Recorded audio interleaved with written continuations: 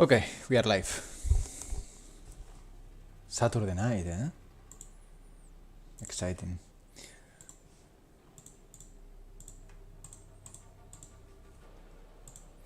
Okay, so already what I'm doing today, procedural design. I don't want to say optimization, but I'm dealing with this big boy. It's the biggest blueprint in the entire game. Specifically in this section, which is gonna be named. Maybe I should do a macro. A macro inside a macro inside a macro. But right now I'm just gonna do a comment, and this is the Simplex noise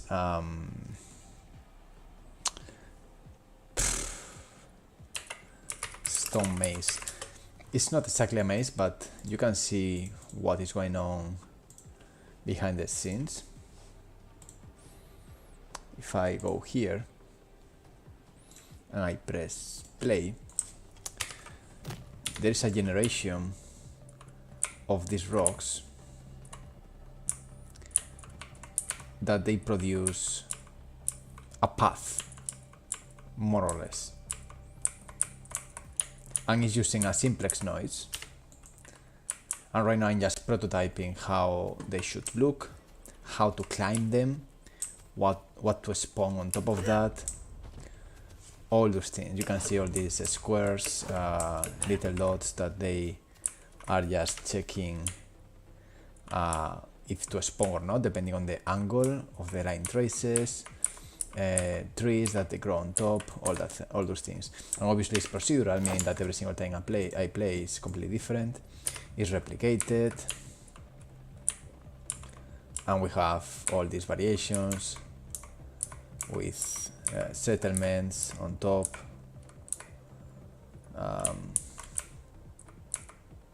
fancy things here and there,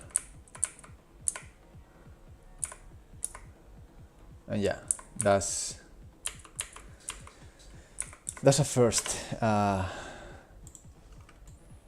approach. Now what I wanted to do is to merge the things with different pieces. So I created in Houdini a very simple piece, which is the ones you can see everywhere. And this is basically just, I mean, it's not basically, but it's a box that has a taper, that has a poly bevel, that has a remesh, that has a mountain, that has a mesh sharpen, that has soften normals, that I do another remesh, then I do another mountain, then I do a little bit of editing to flatten this, and then I do this latest part. I believe, I'm just curious to change this maybe a bit.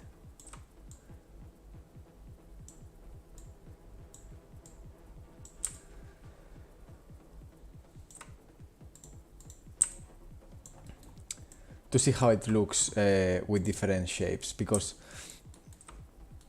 I need to find a shape that did you have to learn, hello Shadows, did you have to learn any time of coding making a game?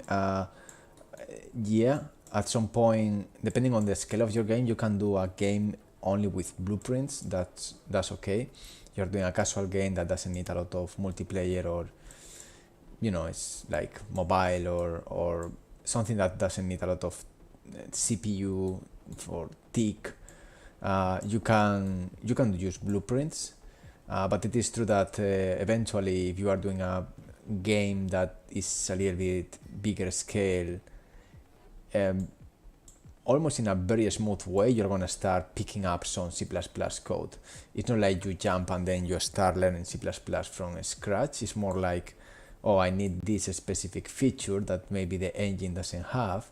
So then you ask someone that knows C++ to tell you, hey, how can I do this? And then you start learning from little classes here and there. Like, for example, we got a mesh generator, or we got the multiplayer system, or we got a interactable, which is line tracing to find objects and pick up objects from the floor. All those things are C++, and they are not incredibly complex. They are just good starters. but it's not like oh my god, I need to learn C++, otherwise I can't make a game. No, usually it's a kind of, it's not easy, C++, of course, but it will appear, while you are doing the game, you will notice. In other words, don't stop making a game thinking about that you need to learn C++. If you go to that point that you consider using C++, you will see how it's something quite natural. It's not like I'm not gonna start until I know C++. It's the other way around. I'm gonna start, and because I'm inside of the making of a game, eventually you will start learning a bit of C++. So I hope that answers your question. It's not a requirement, it's a side effect, I would say, if that makes sense. You know what I mean? Once you start with this, it's like people can ask me, do you need to learn Houdini to make a game? I would say no, but most likely at some point you consider that Houdini is a good tool. Or do you need motion capture? No, but you consider maybe to buy a suit to, there are little things around the making of a game that will come to you eventually and in a natural way. That's how I see it, at least. I never... One of the things I remember doing my first pilot, Sumer, in 2000... I started this in 2010, I believe. I remember... like a teacher told me, don't do a film where you need tools that you don't know how to use. And I thought, why not? I want to do a film just to learn the tools I don't know, because otherwise, what is the point of being a 4 years project without learning something new? So yeah, sorry for my little rant, but yeah, it's quite interesting. I think this journey into making a game, because you're gonna learn a ton of fucking shit. I would never imagine I was going to be doing what I'm doing today of procedural world generation for multiplayer combat systems, cinematics, all this stuff is like something that you keep learning. And once you are inside this kind of heat or wave, surfing the wave is almost like addictive. It's like you are part of this right now and you want to learn more and more and more. And that's great. That's a really, really cool feeling. It's more important to learn how to make your project relevant to you and meaningful to you and to others than what tools you need to use. Because if the project is meaningful, is part of yourself, trust me, believe me, if this is completely true, you will learn whatever you need to learn, and nothing is gonna stop you to learn whatever you need to learn, because it's part of you, and that's the most powerful lesson I could learn. Powerful projects are done not because spending time in learning the tools, it's because you have an energy way stronger than any risk of giving up, and that's a meaningful project to you, something that makes sense to you. And that's my Saturday psychology therapy. Okay, so I want to try different shapes.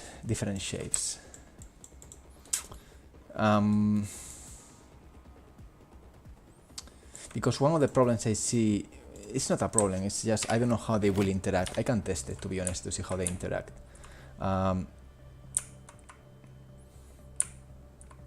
Because I know these dudes.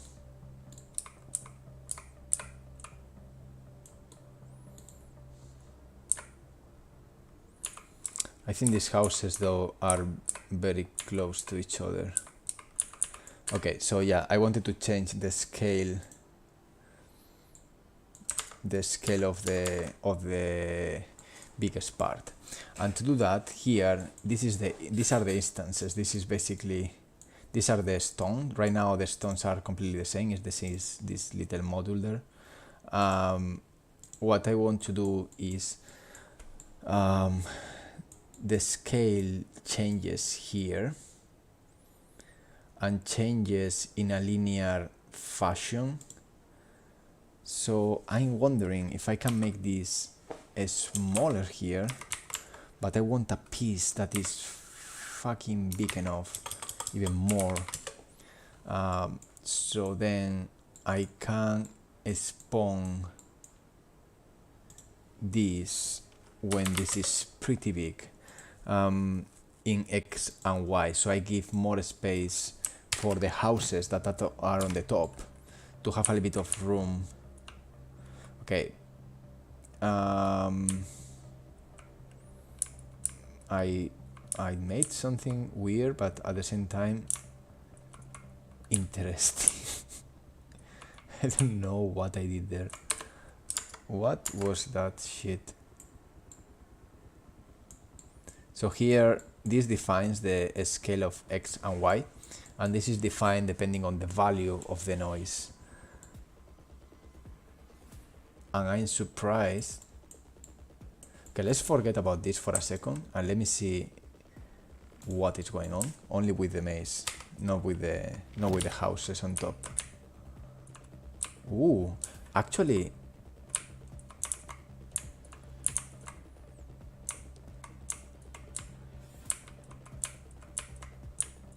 I mean, it's wrong.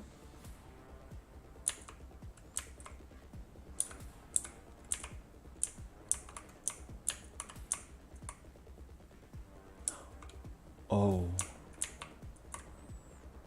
it's wrong, but at the same time has something sexy. It's wrong, but this kind of bridges is interesting, and that why is happening?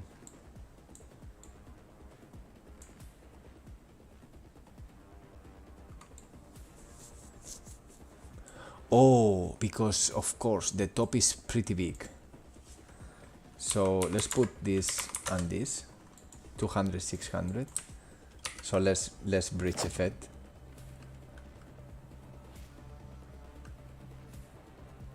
Oh, thank you so much for putting the game on the wish list. I put it too. I don't want to miss it neither. Yeah, it's a happy accident that offers gameplay. As you can see, this is quite gameplay interesting because it creates jumping platforms.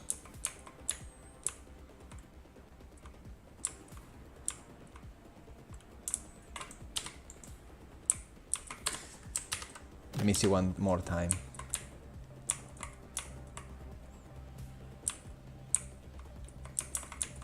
But there is something that I don't get quite well.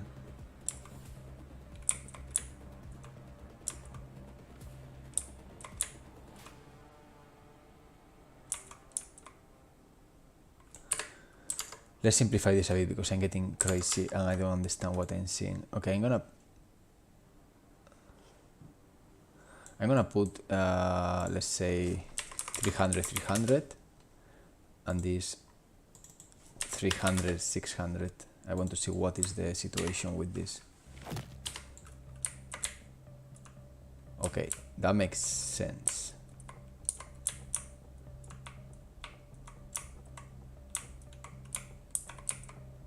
That makes more sense. We have, okay, let's consider that, and now let's make the bigger ones 500. So what is the point now?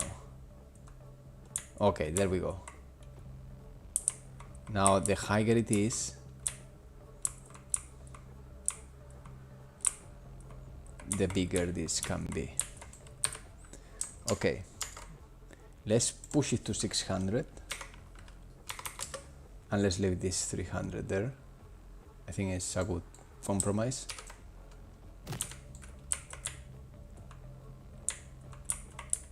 Oh, yeah, these are the moments that I don't get.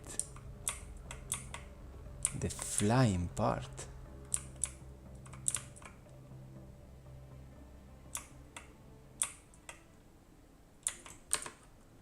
Are they colliding with themselves?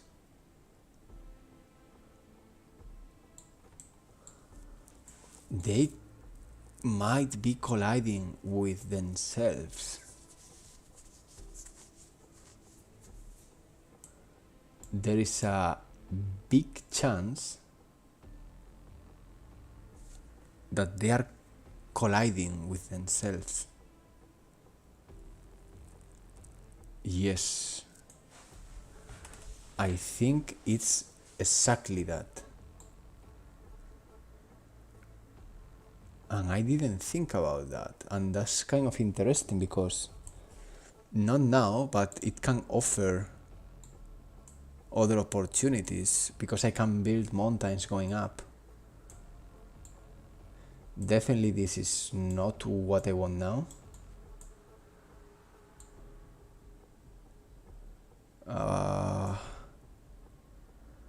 Could I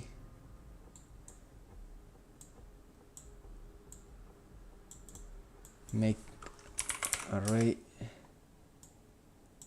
Of course not. So let's only do visibility for this trace. Yeah.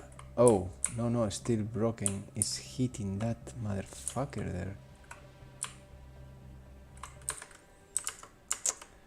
So how can I do this? I want to avoid. I can do this.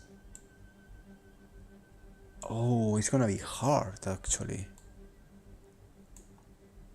Because I'm doing a... Oof, okay, this is a little bit more... Yeah, if the scale is bigger and invades a space on the next tile, yes, this is problematic because it's gonna spawn on top of that, which makes the things a bit harder.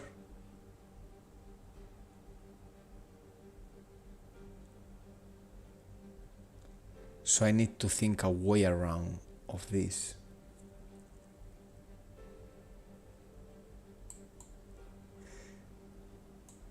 Actually, there is something I'm missing here, that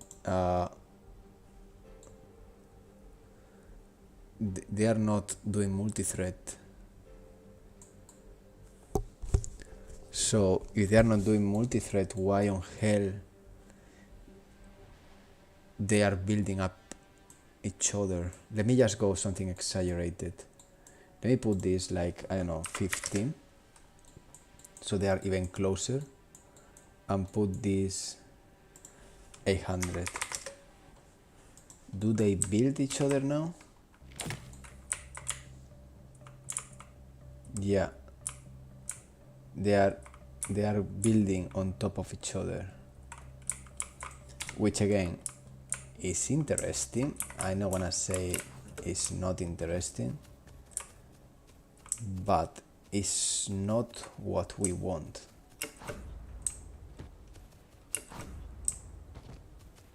But it's interesting. It provides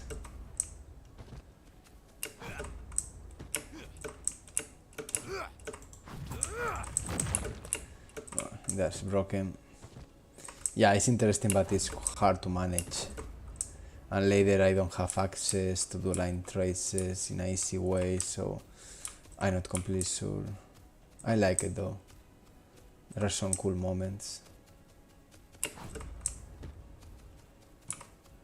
I'm not completely sure this is gonna work on replicated as well.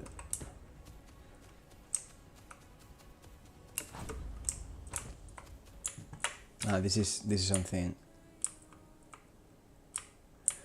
I mean, I like it. I like it a bit. Sorry for the shaders; they look horrible.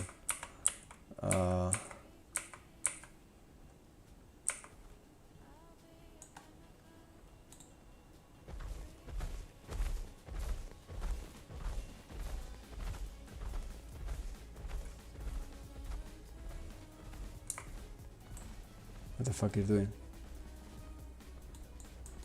Oh, because they don't have navigation mesh.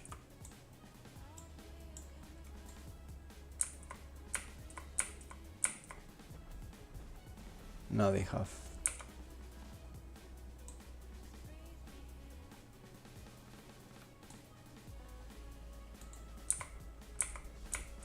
I don't know, I like it a bit, but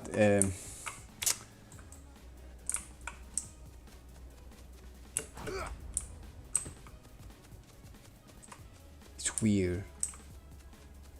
Let's do it normal. Let's don't push too much that. All right. So let's put this 22.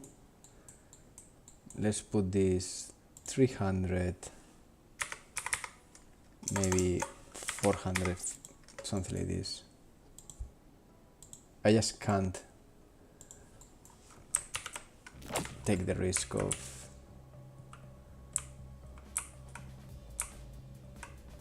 that is an option. But you see this is small, so what I want to do is to separate this something like 27, and then here 350 and a maximum of 600, and I think that's already too much, but let's see.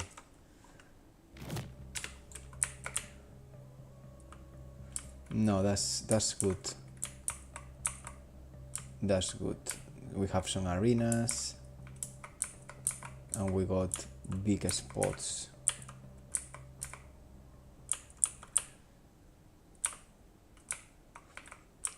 How much I can push the biggest ones? I can put 650. If I can put 650, we are good. Yeah, I can put 650. It's on the edge.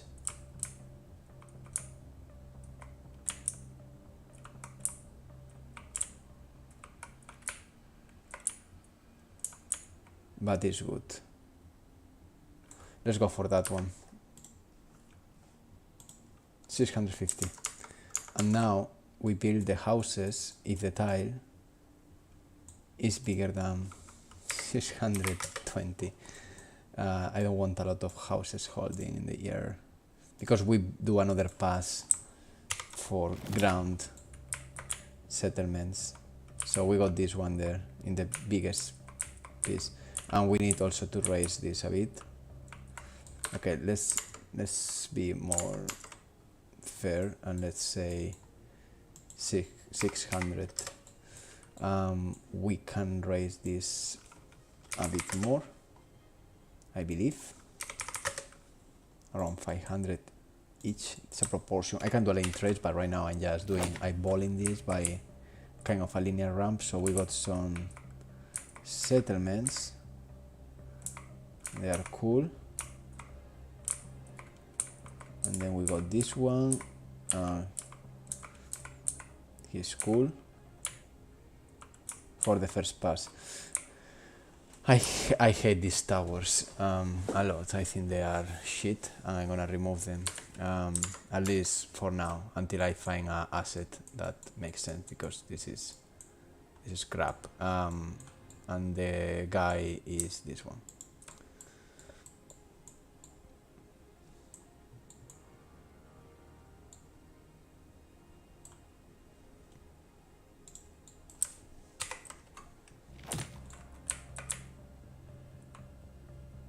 Alright, so those are the houses. Hey, wait. Why there are houses?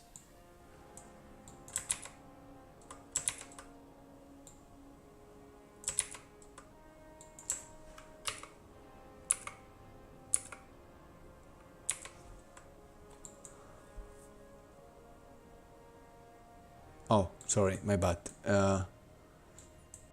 This is the one.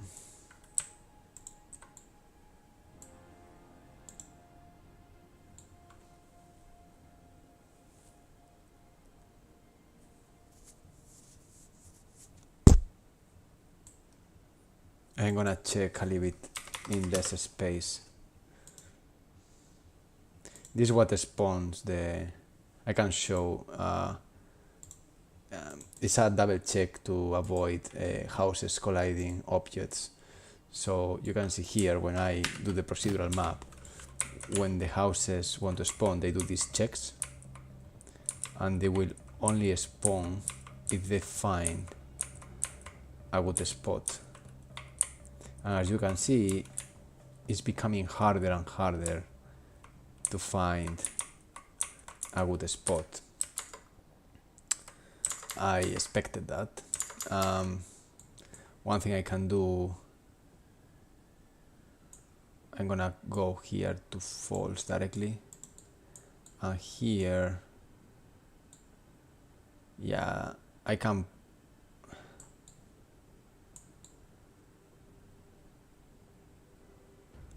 push this margin. I'm gonna say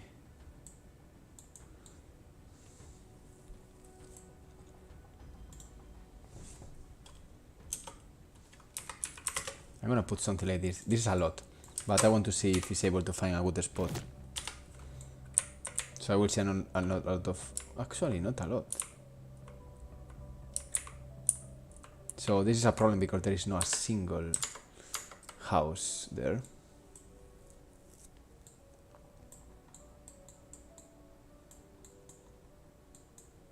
So let's put here 5. I don't know. I'm just trying to get.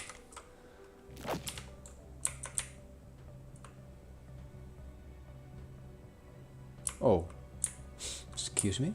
Not a single one. Okay, I'm doing something wrong here.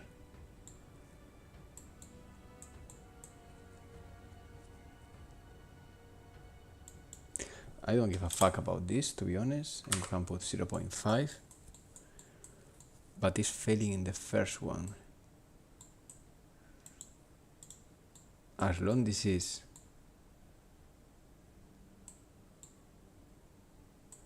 minus 0.1, this is bigger of minus 0.1, then he does this. Oh, no, this is okay. And then needs to be, this is very odd. Why so little?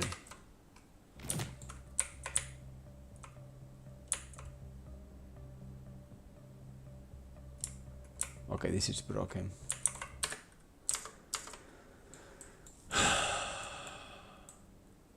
This is broken.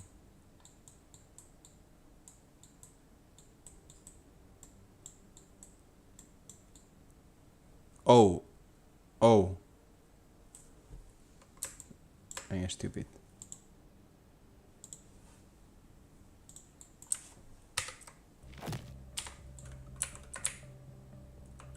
There we go.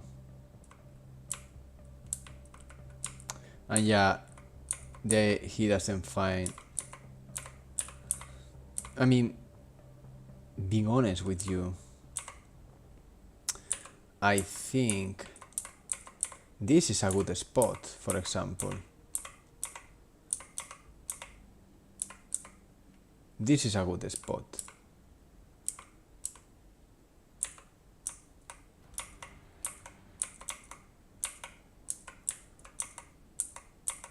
This is not a good spot, of course.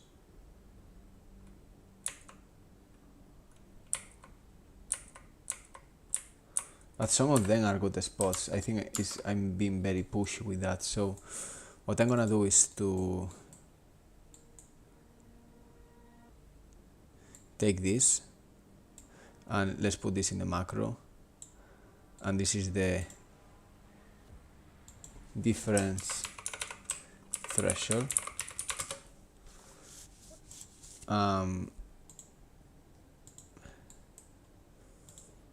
I'm gonna put this different threshold to 600, like a lot, and hope for the best.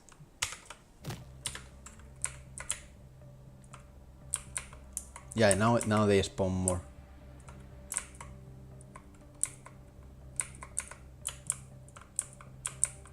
Not a lot more though. Just one lucky one there. Good for you. I'm gonna push even more. So yeah, I don't mind this one. So let's go for as long as the minimum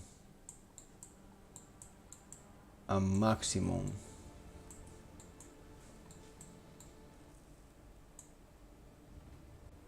I'm gonna put 800. That's maybe a lot, and maybe it's not representative because it could be more like the average.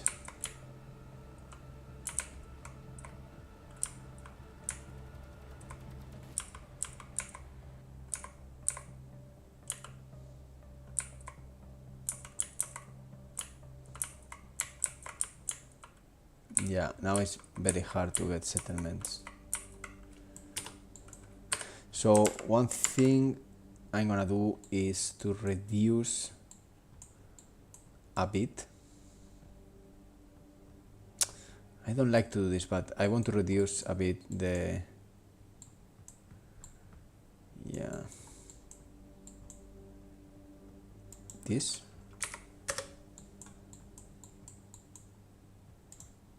This.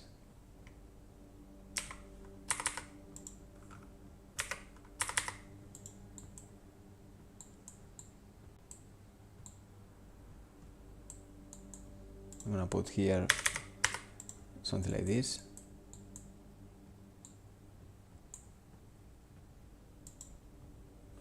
I'm gonna put this.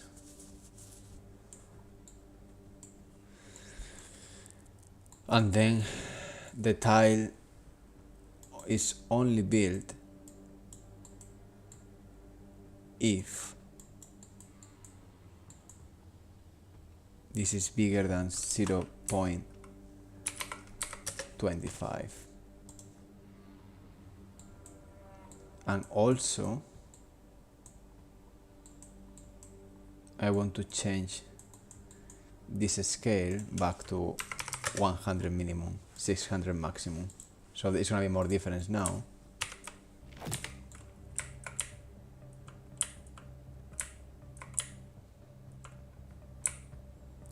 But also it creates more space for some houses.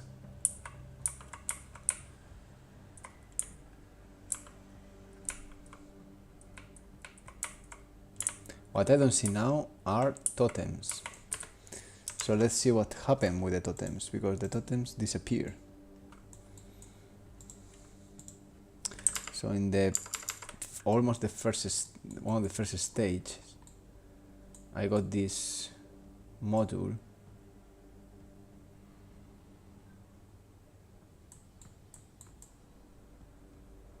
This is the shrine. Okay.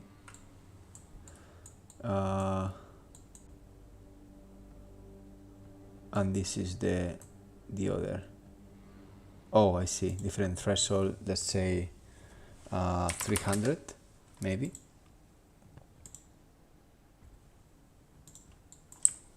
Let's see if we got some totems or not.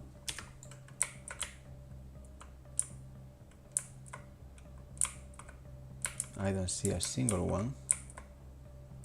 I'm gonna remove the debug because I can't see fuck with this.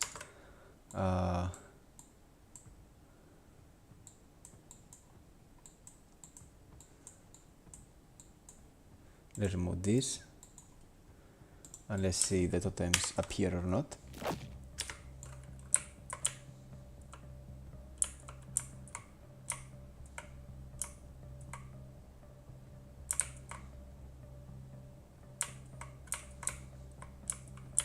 I don't see a single one.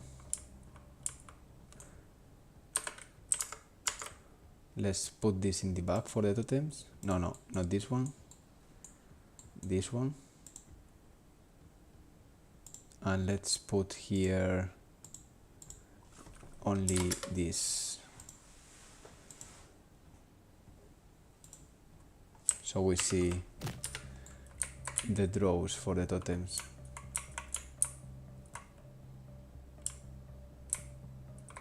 Okay, great, but now I can't see a shit here.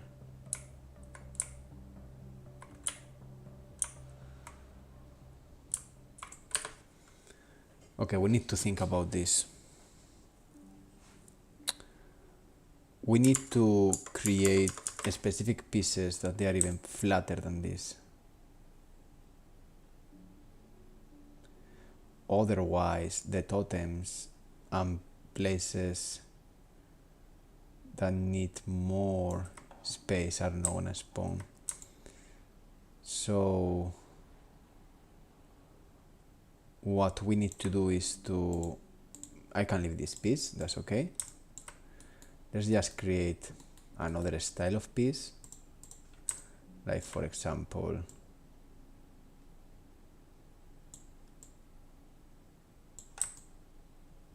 something like this with poly bevel, even more. I'm not completely sure about doing this, but because anyway, remesh. We can keep going. We don't need to do too much mountain here. We do this one here. We soften, we remesh again. This remesh is not needed.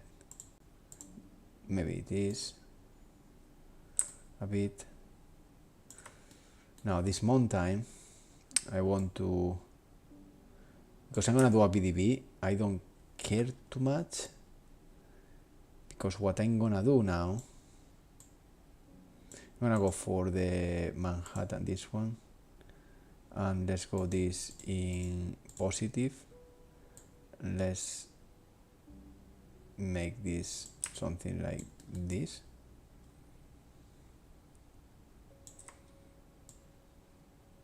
I'm gonna change a bit this tapper. I think it's not great.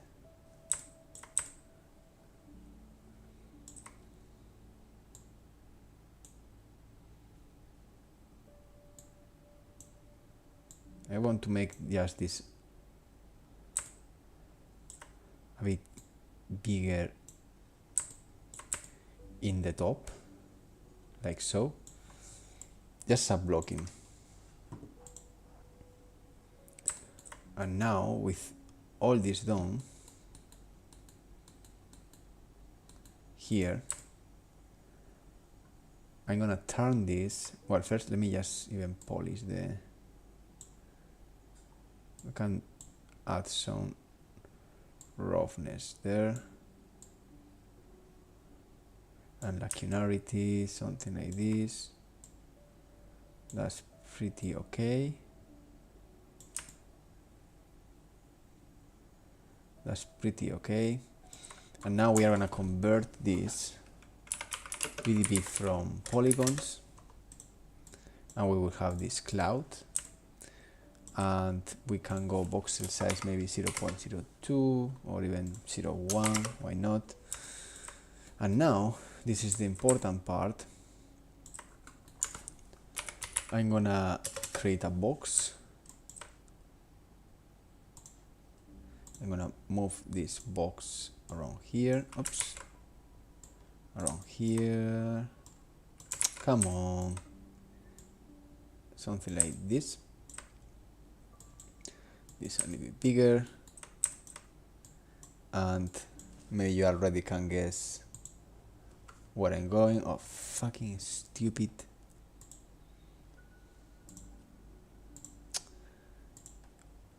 This is annoying me, and this is why I'm closer and closer to drop YouTube, because the stupid chats.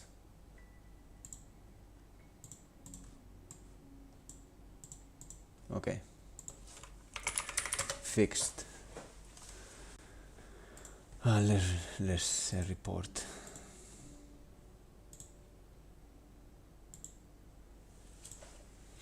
Okay, now it's fixed. So now I can do a BDB here,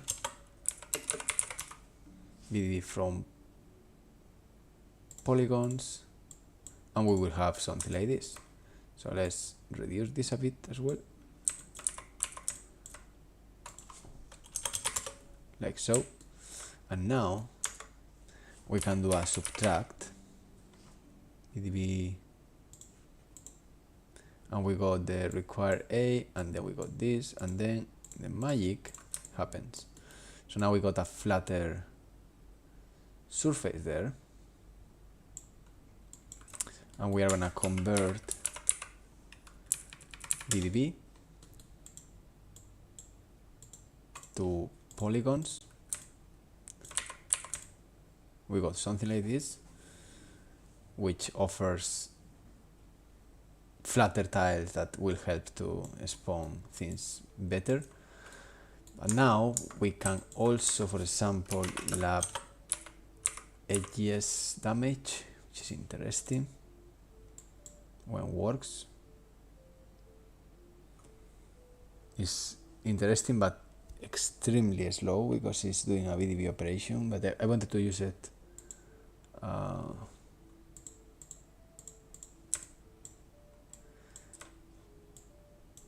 yeah, it's every change I make takes forever. That's the problem. And also it loses a bit of resolution. So what about using a boolean though? Boolean is cool as well. I like it even more, I would say. So, okay, let's go for boolean.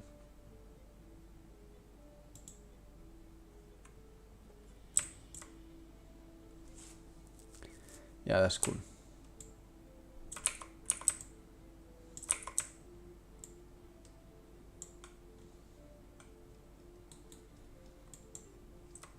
So then we can put a final mountain here, very soft, not this, but something like, need to be very careful with this. Let's do a remesh.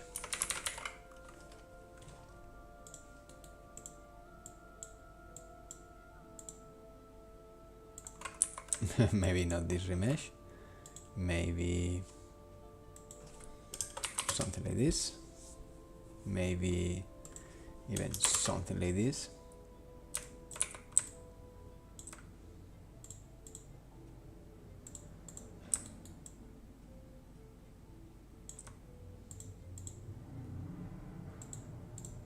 Actually, I can go here and shard. Run. Don't go late to your next traffic light.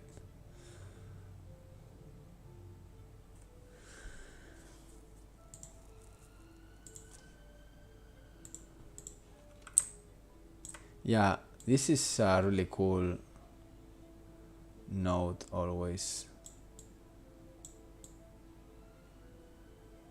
That helps to create really cool shapes there.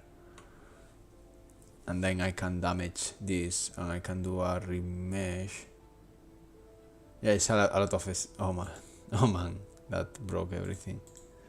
Yeah, because this is a cool node, but also it's a node that breaks the geometry, because that's a very dangerous trick, which is this, and this breaks everything. So what I can do is to don't use this, use this here.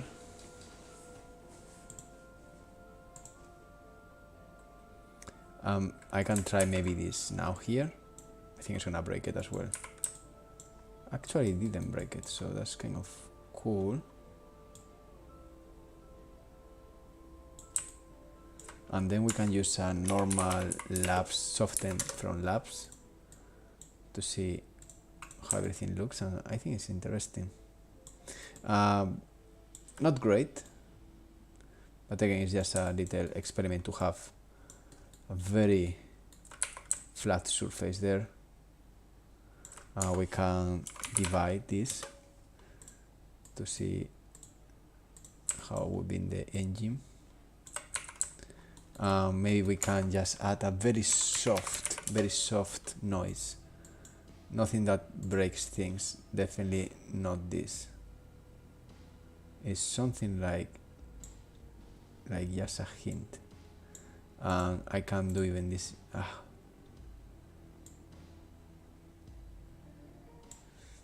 0.05. Yeah, something like this. It helps to. We can make some roughness as well.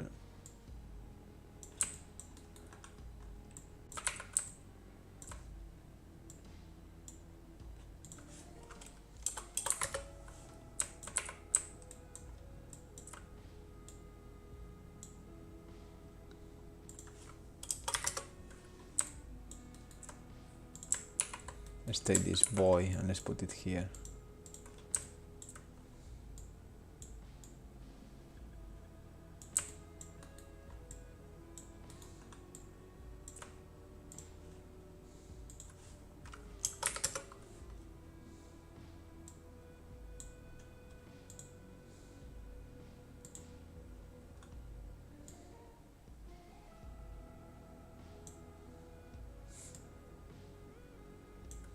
Dangerous noises.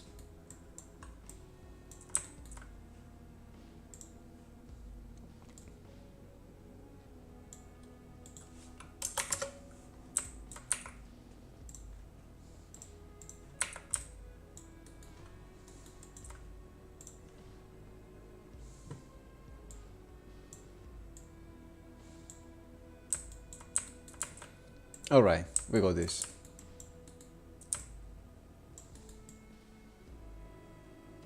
Again, temporal.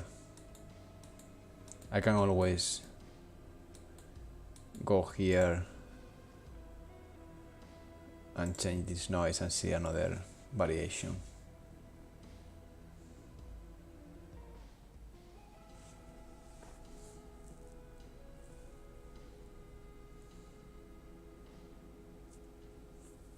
Takes time though, and it's there because the edges.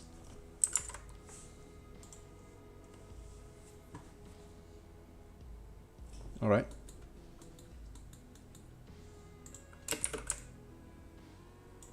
Whatever, I don't wanna waste more time here. Can we fix this kind of polygons there? I can do a smooth maybe, but at some point doesn't worth to go crazy. But yeah, this definitely fixes some problems, but also with the disadvantage. Actually, if I put it later, I can keep some normals. No, it's freaking out, of course.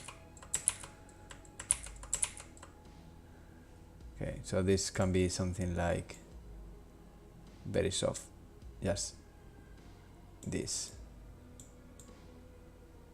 Boom, a hint. All right, let's go.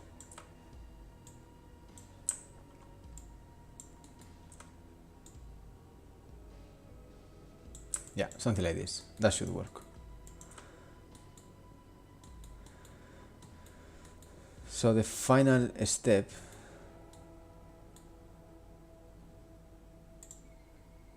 no me jodas. Joder, tío. Qué hijo de puta. He saved the stupid rock. Okay, yeah. Let's call this too. Motherfucker. Alright. Rock test 2. And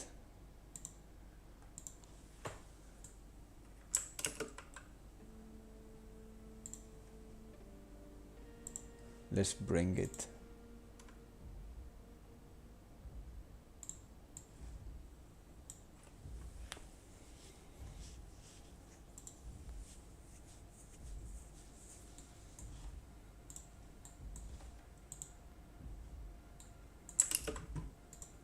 And again, let's do all the classics. Let's put the wet floor temporary.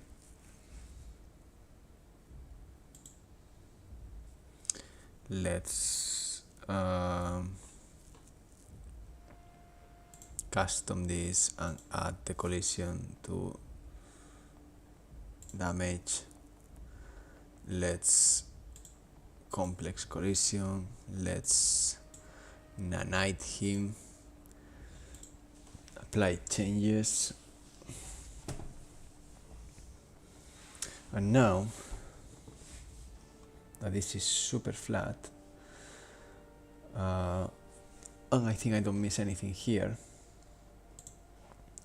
let's take 1, 2, and 3, and let's put rock test 2. Correct. Save, compile, and now we should have a combination of both rocks depending on the random seed, I hope. Yeah.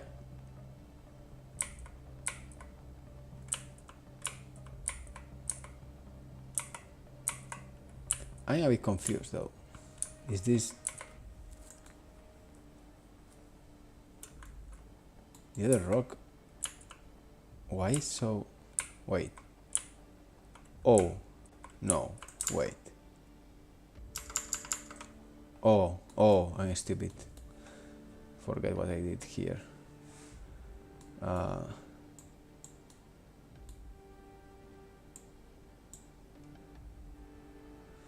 Now, yes. We need a flat surface, not that crap.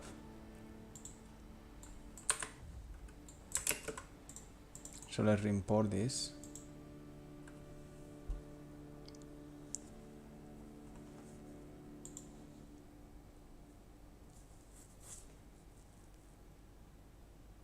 What? What are you saying? Okay, it's working, I don't care. Your errors. Bullshit.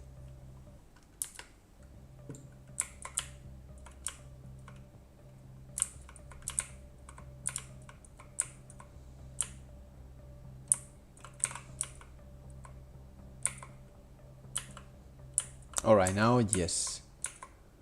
Now we got a combination of two kind of rocks. And the final step in all this mare magnum of line traces that I want to hide because they are very chaotic. So let's remove this.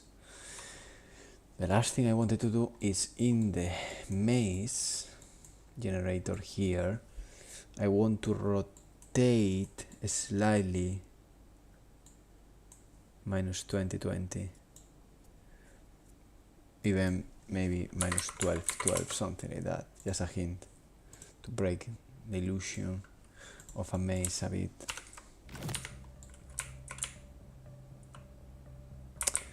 That's oh, and then we got a totem. You see, because now I got more flat surfaces, some totems, or one totem to be fair, appear there, which is okay.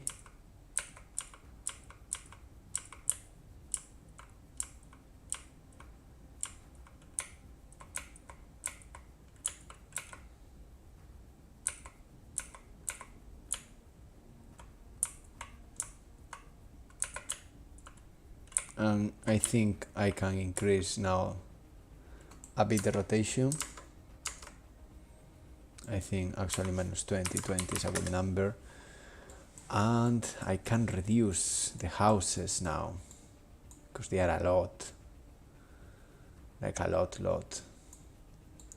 So here in this ring,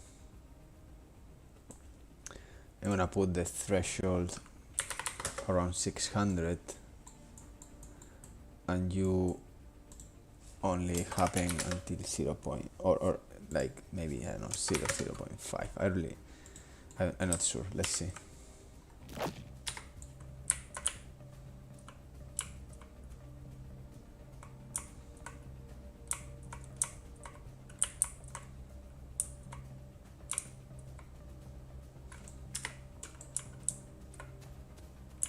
We got a little problem with...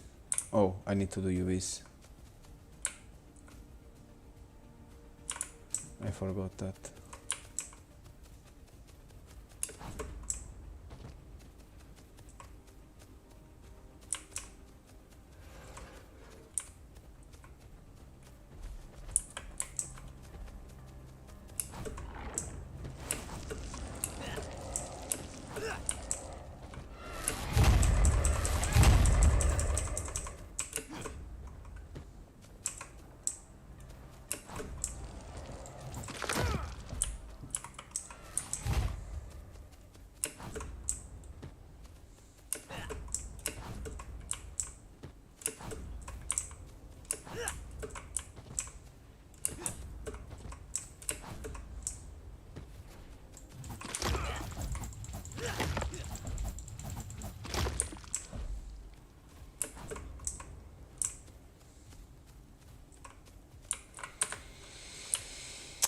The reason I'm checking the map so much is because I need gameplay arenas. Now there is a lot of totems, man.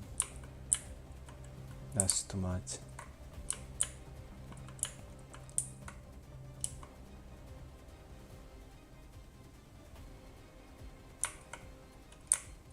Like, I need some spots where nothing is spawned. And these rocks as well are like just too much. So let's reduce noise. Let's reduce noise in the map. And the way of reducing noise is gonna be basically taking a boolean from the seed and saying 50% of everything.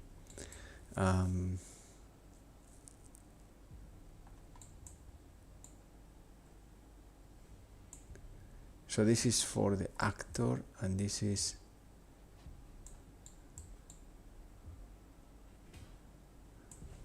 Let me see.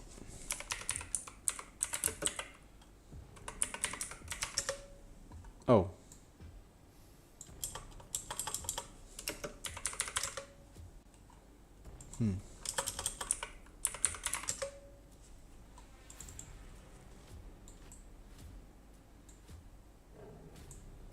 Okay.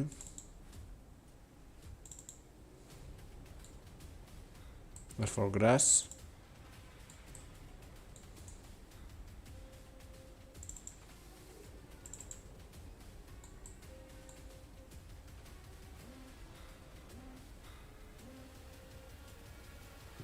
Oh, I see. Okay. It was actually here. All right, so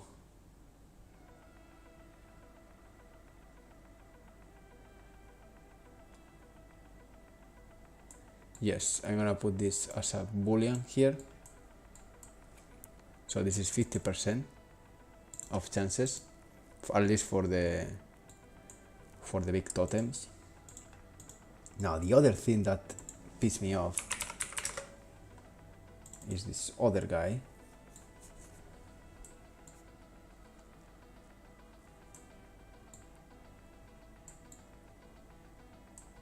I'm gonna put here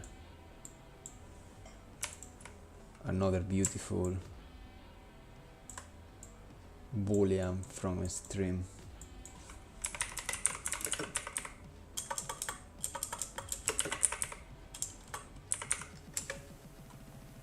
And the stream is gonna be our beautiful stream.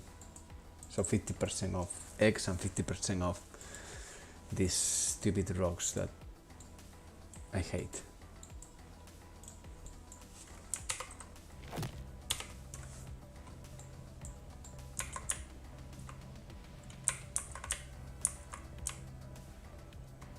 That's slightly cleaner.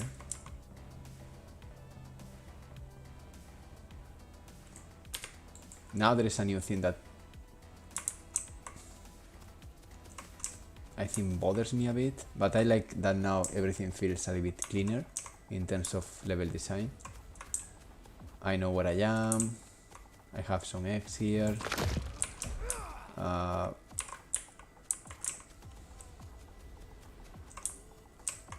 Some ramps I can visit. This maybe is a little bit more, but that's because I need to revisit the oh my god, the mountains modules. They are old.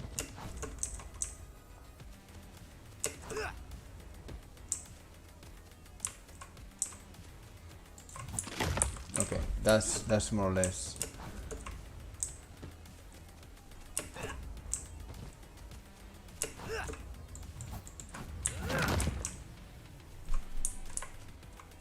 Okay, so I want to reduce a bit the trees, and the trees are happening. This is the grass. The trees happen in the 4th generation. So here I want to reduce the number of trees, and to do that is as simple as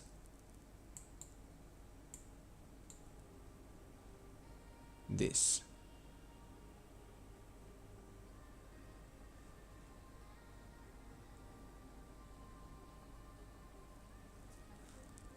Really? Okay. It's more simple than what I expected. So let's call this 0.05. And let's see how many trees we got now.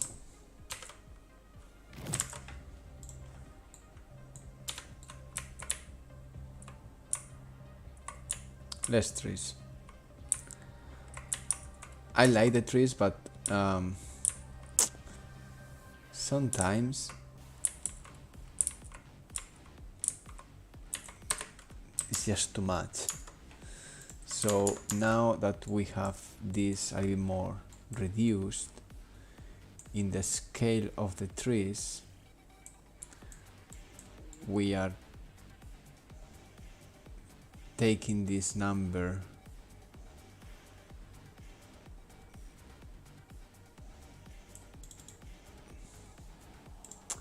that is based on 0 to 0.5.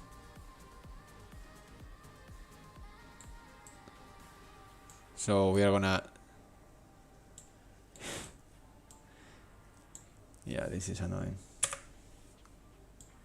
Let's put this, because now is put a normal ramp. 0, this is 0.1.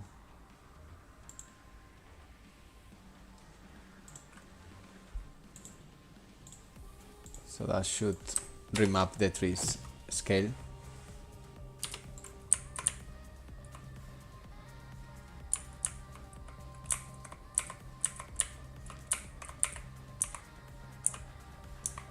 It's not rescaling a shit.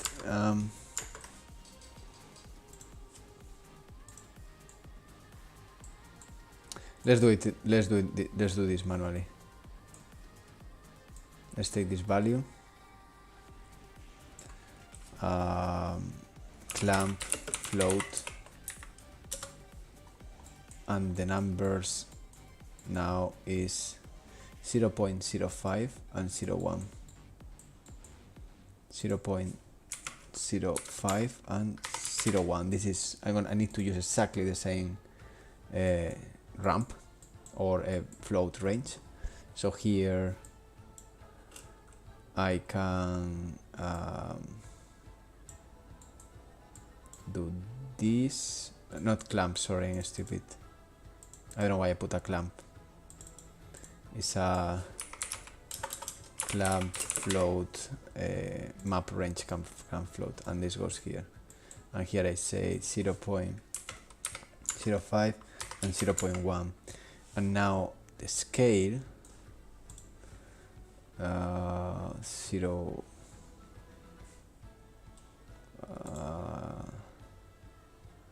I'm not sure. Let me just put 1 and 3 because I don't know what is the scale I'm dealing with the trees. Maybe this is massive, I'm not sure. I think it's gonna be massive. No, actually no. And now we got different scales. Why there is a tree? Wow, that was a very lucky line trace in the middle of...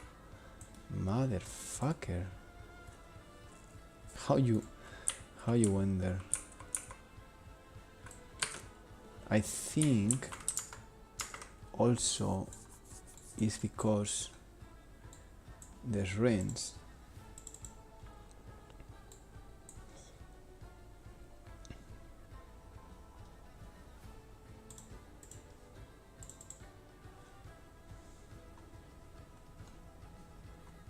Oh.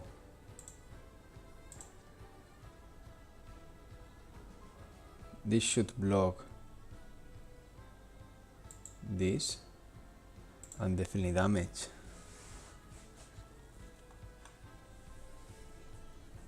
And this is flesh. I hope this fixes that, those moments of trees growing from houses.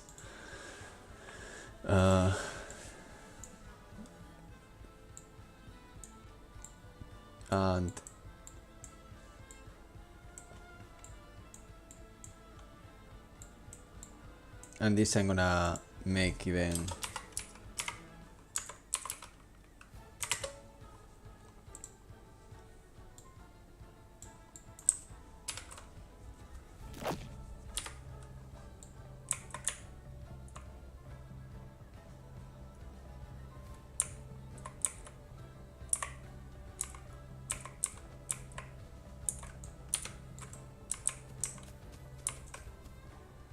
what I don't want is a bunch of trees that breaks the gameplay. That's what I don't want.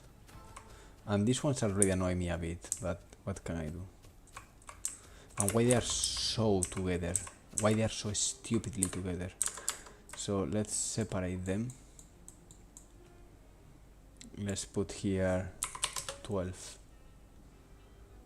And let's put the scale a bit less.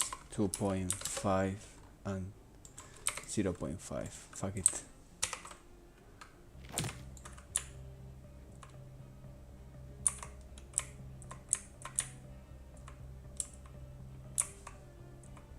Okay, better. 1 tree there that no doesn't bother anyone. I need to be careful with that as well.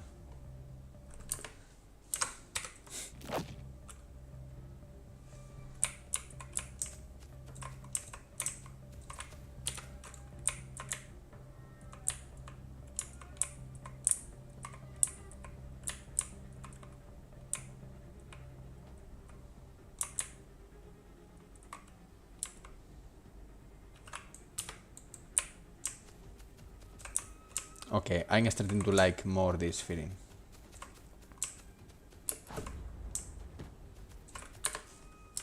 Just some trees here and there, maybe some bushes, but nothing that breaks too much the level.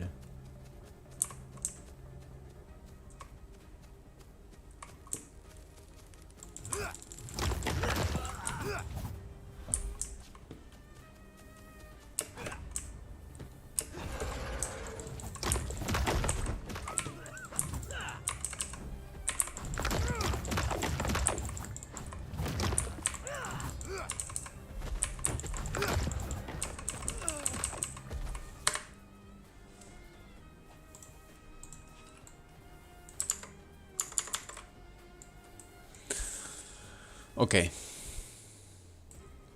Now, let's connect the entire procedural generation.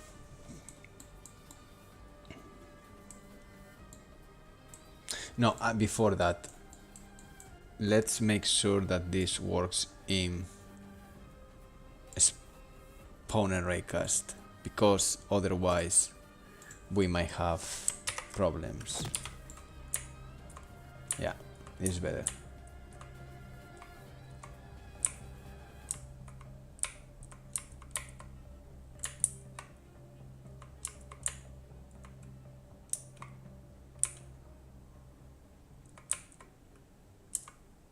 Oh baby, you fuck me there.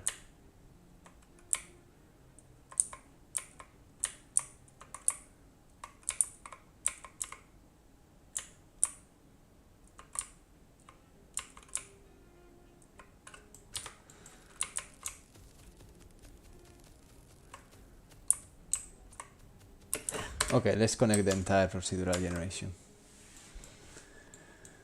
So this little thingy goes there, we go there, and then the final step actually is here.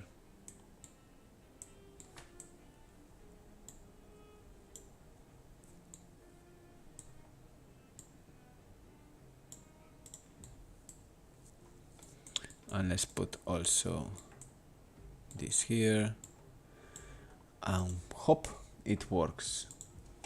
There is always the risk of explosion, but no pain, no gain.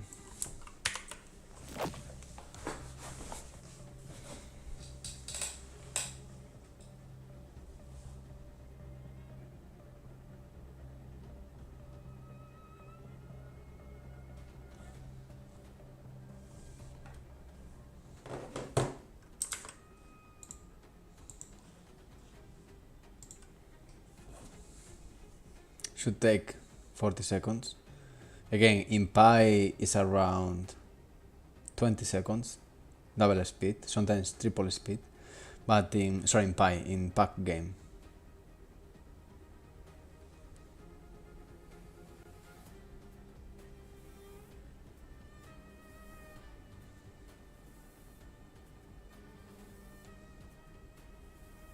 Okay, maybe a bit more than, there we go. Then this should be loaded. What is loading in the background? Okay.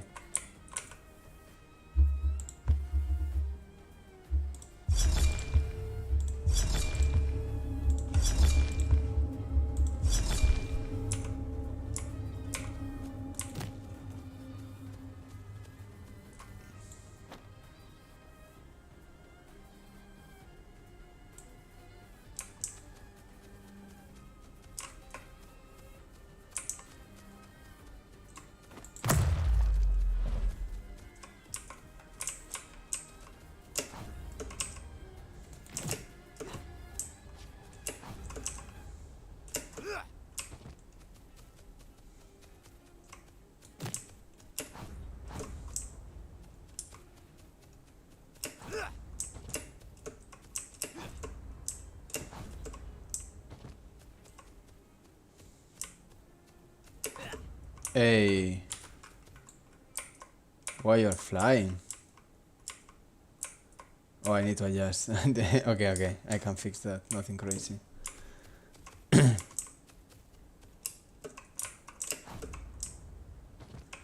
But I like now more how there is a space.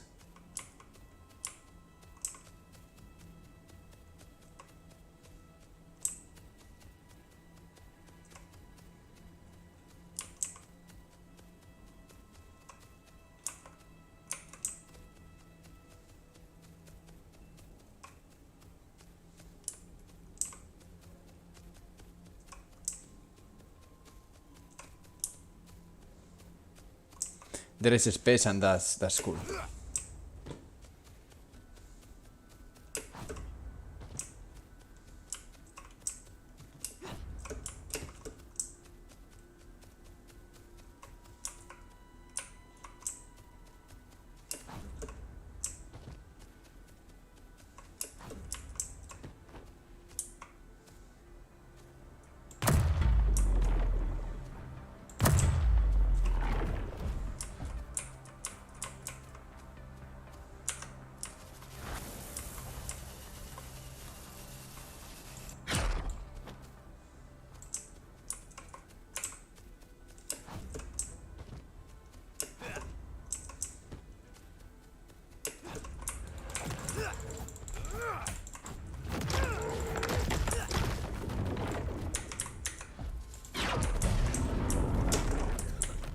I need to remove the gloves. I don't know why it's still there.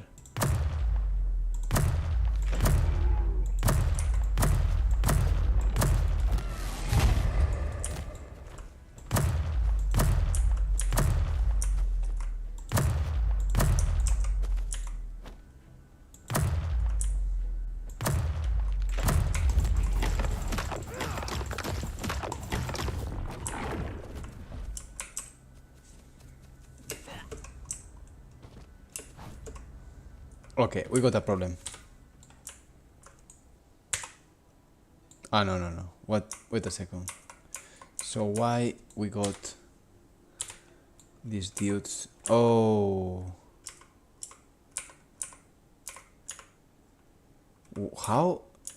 How this guy end up there, to be honest? How this guy end up in a place that there is no navigation mesh? I need to investigate this, because I got these dudes that sometimes appear in places they shouldn't. It's like, even if you fall, where you fell? Why you are... Oh, I see. He jumped from here. Oh, shit.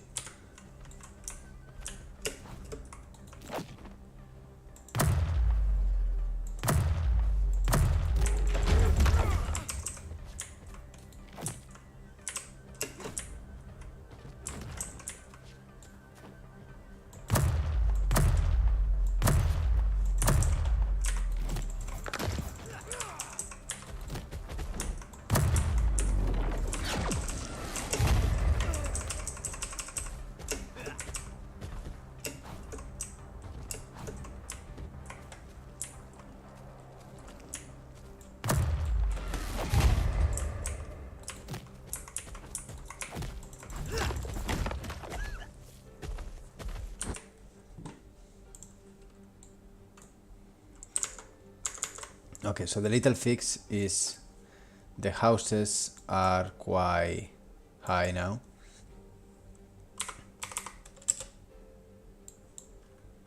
Oh no, let's reduce just a bit. I'm not completely sure. Too much. Let's say.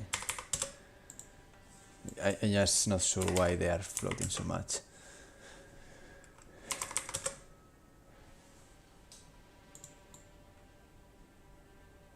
Hey, no.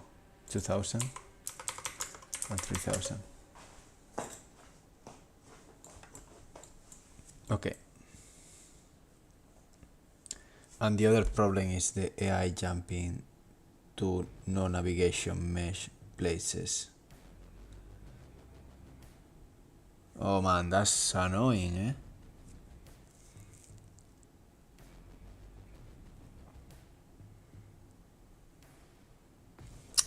How can I fix that one? There are different ways of fixing that. One is if a position of the navigation mesh is not reachable, then rotate 180 degrees and jump.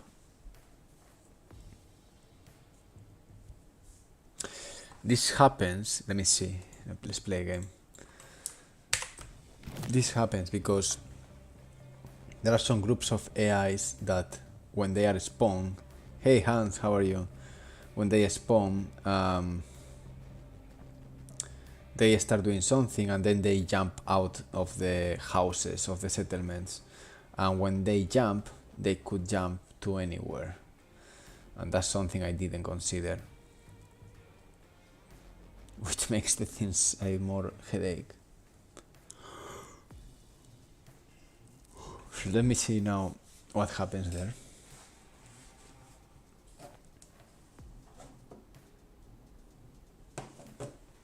Very quickly.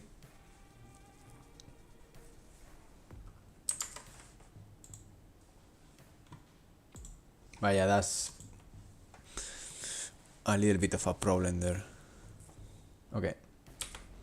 So if I can travel fast,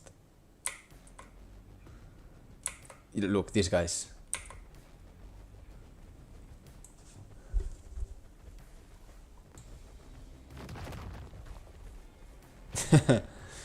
Okay, this is a cheap way of... And they start walking now. But you see, if he jumps and jumps to a crazy position like this, we are fucked.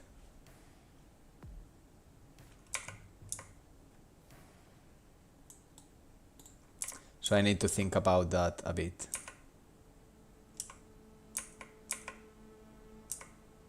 These guys are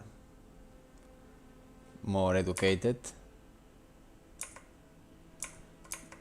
But these bastards that they jump, they can... He's doing a caballito? What the fuck?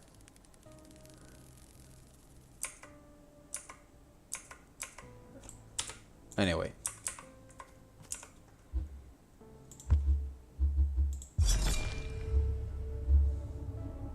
Thank you so much, Hans.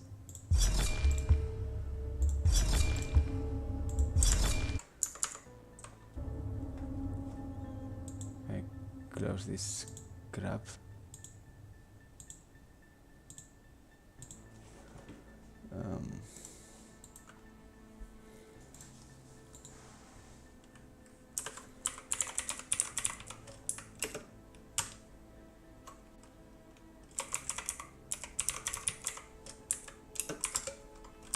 Oh no, why am I so stupid? I think sometimes I'm inside the Steam and press escape. I don't learn. But we know now that at least the reason why the AI gets stuck is because they jump. So I should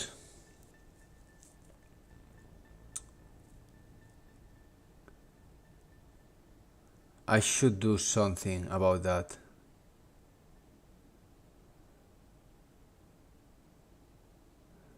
I think this is because the settlements are spawners.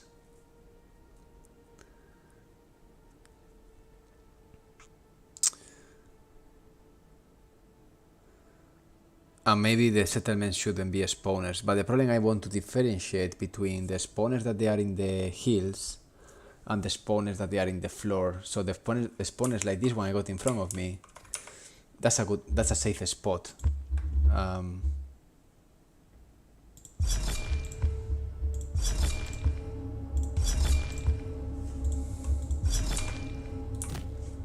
So that's why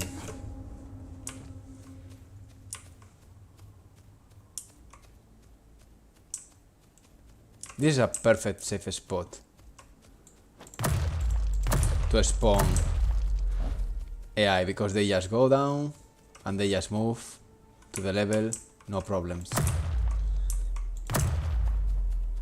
But definitely I like more now how the level design feels, just because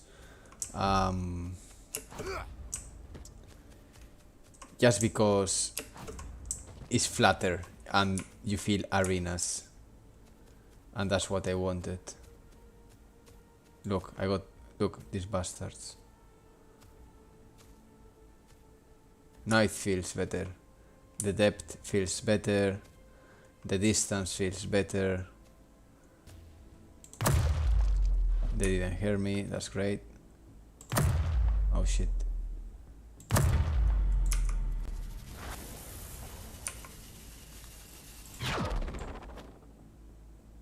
Oof, almost.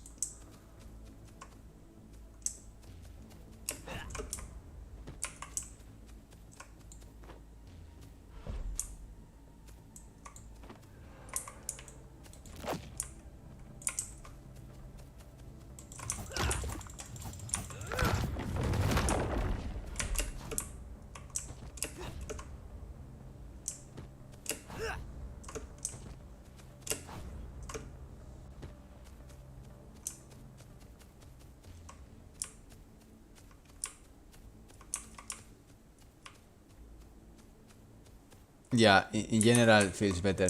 Most likely tomorrow I'm gonna start with the climbing system. Yeah, I can do whatever is needed to be done. Yeah, I can say, okay, if you are in this building box, don't spawn. and by height I can limit by many things. It was just a bit natural to see the AI around the settlements. So also game design wise, when you see settlements, you should expect AI, you know, messing around. I really like this new design. I really like this new flatlands multi-level. It feels more organic, more natural.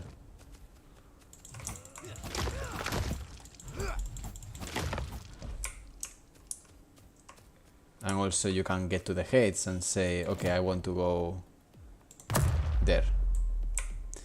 Thank you, man. I mean, it's quite prototype. I really don't like too much the look development of the light right now. It's a bit unsaturated, I don't know, weird, like bland. But I like at least the level design, the filling arenas and a space to fight.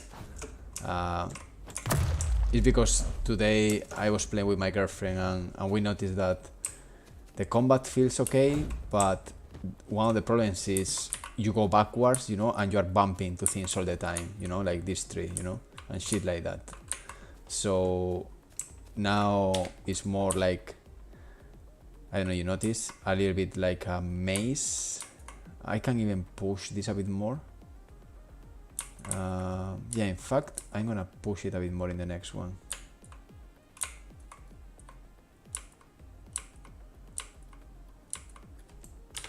And it's made with a simplex. Oops, I broke it. With a simplex noise.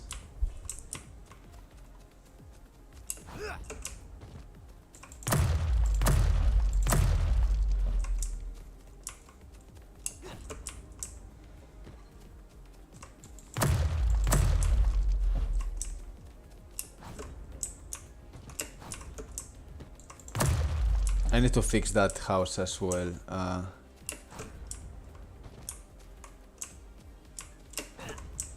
I want to fix a couple of things of these models.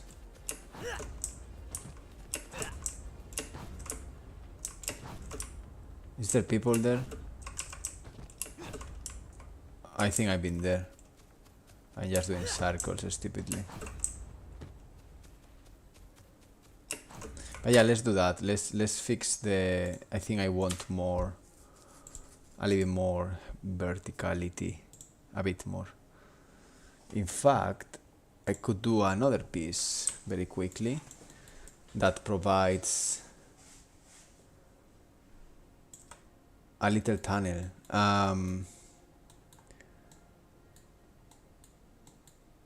So for the next piece, I'm going to disconnect this before I screw it again. And let's put this already 3, just in case, for later. So all this makes sense. This one, let's change it again. Let's make it...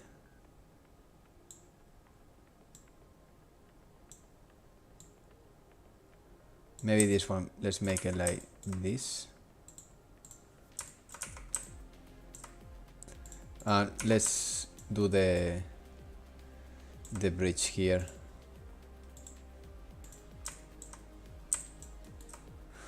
I can do it with a boolean maybe.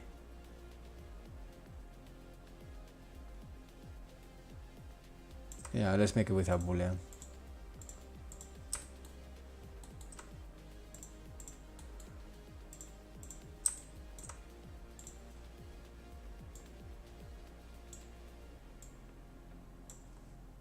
Let's keep going. Let's keep going. Let's keep going. And here is the first BDB. And now the second BDB is gonna be another box, or even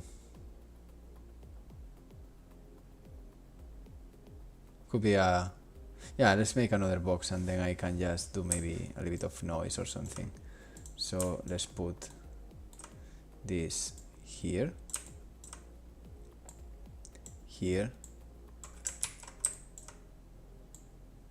here, here. Let's put this here. And now let's subdivide this box with bilinear. Oh yeah, it's Houdini is a beast. This is nothing of, can show you later or another video. And then I'm gonna make just, and also for iteration, once you define the rules, you can do whatever. Let's make this something like, let's subdivide one more. And then I don't care about these edges because I'm gonna convert this into a VDB. So VDB from polygons, and then we have this cloud that unifies everything. And then I'm gonna do another, I can do a merge here. So I merge this and this, which are the subtractors, and this subtract to this, and we got something like this. Then converts into geometry, and we make I don't know if Unreal accepts VDB, but the thing is I use VDB in this case only as a intermediate process. For volumes, it's not using VDB, it just transfers VDB into a 3D texture for ray marching, for volumes, volumetrics. But it's not using VDB natively, it's just converting VDB like Evergen and other things like Niagara as a 3D texture, which is basically in labs. You got, look, I can show you, I can make a cloud. Let me just do a box, and let's make a cloud from this box.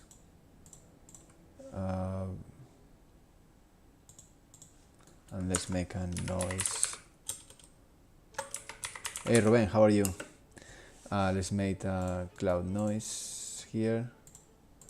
So for example,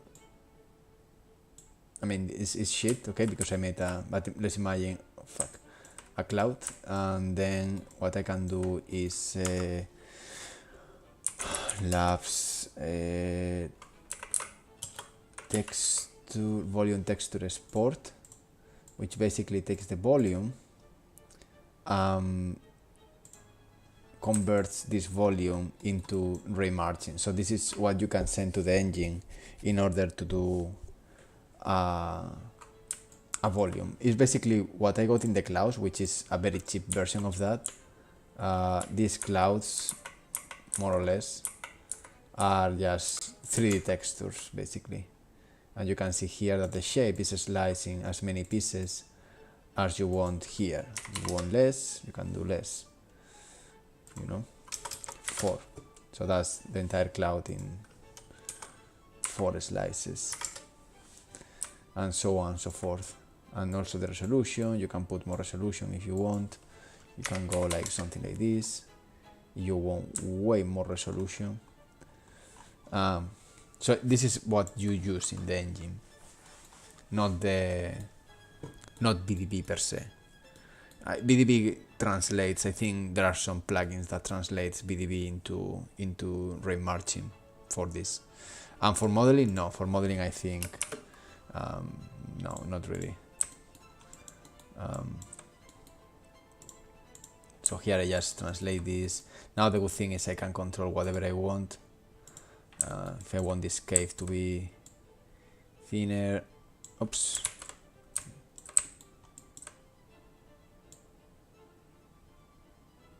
What is going on? Why if I'm selecting this? So stupid. Okay, let's do it manually.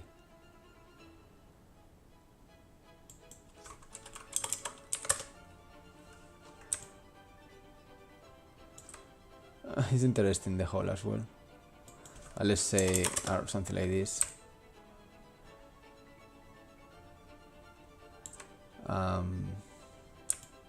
Yeah, That looks fair enough. Maybe the size of...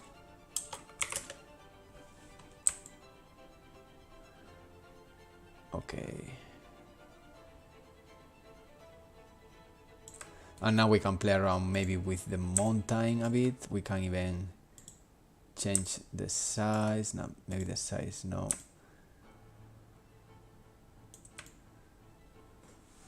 It's okay. And now we can go to the edge damage. And this is gonna help me also to blend a bit the pieces. Just a bit. Maybe it's not great. It's not great. But because it's an experiment, I don't care too much. Actually, what if I push this?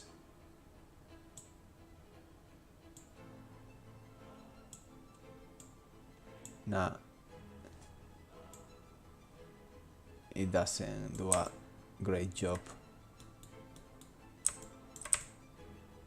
But again, an experiment.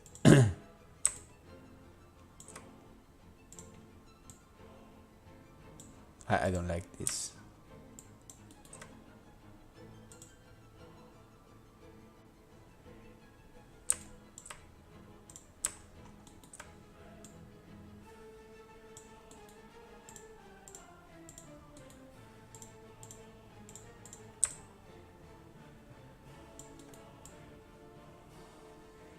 I'm gonna call this done. I'm gonna just change the original noise just to don't have exactly the same piece there.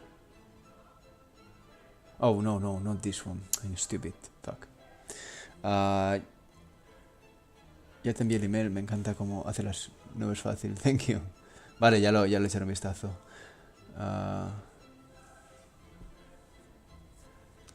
Sí, nubes y tal, lo que es volumetric siempre tiendo a hacerlo en Houdini y todo. Okay, and let's change now the original noise here, just to have a different piece from the previous one that is using exactly the same seed. And this should create... Alright. A little bit different. Not great, not bad, just average. And let's make this a little bit higher.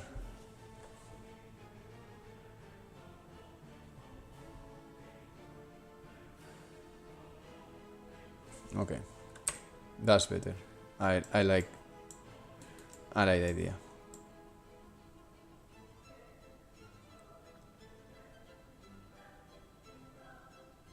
Okay. Sure, why not? We got another piece. So we can go here, and now we are gonna save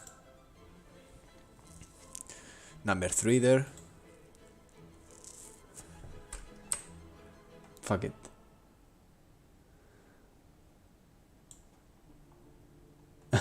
No man, this is not really... It's shit. It's just a blocking geo for Houdini is great in doing these procedural pieces. I can show you actually. Oh, should I save this? Let's save this. Box stone. The complex pieces, well, they are not extremely complex, but they are at least interesting. Could be this one, but I think because I resaved now things are broken. But yeah, it's quite procedural. It's just a lot of rules, and then you play around with that constantly. Yeah, this one is the one.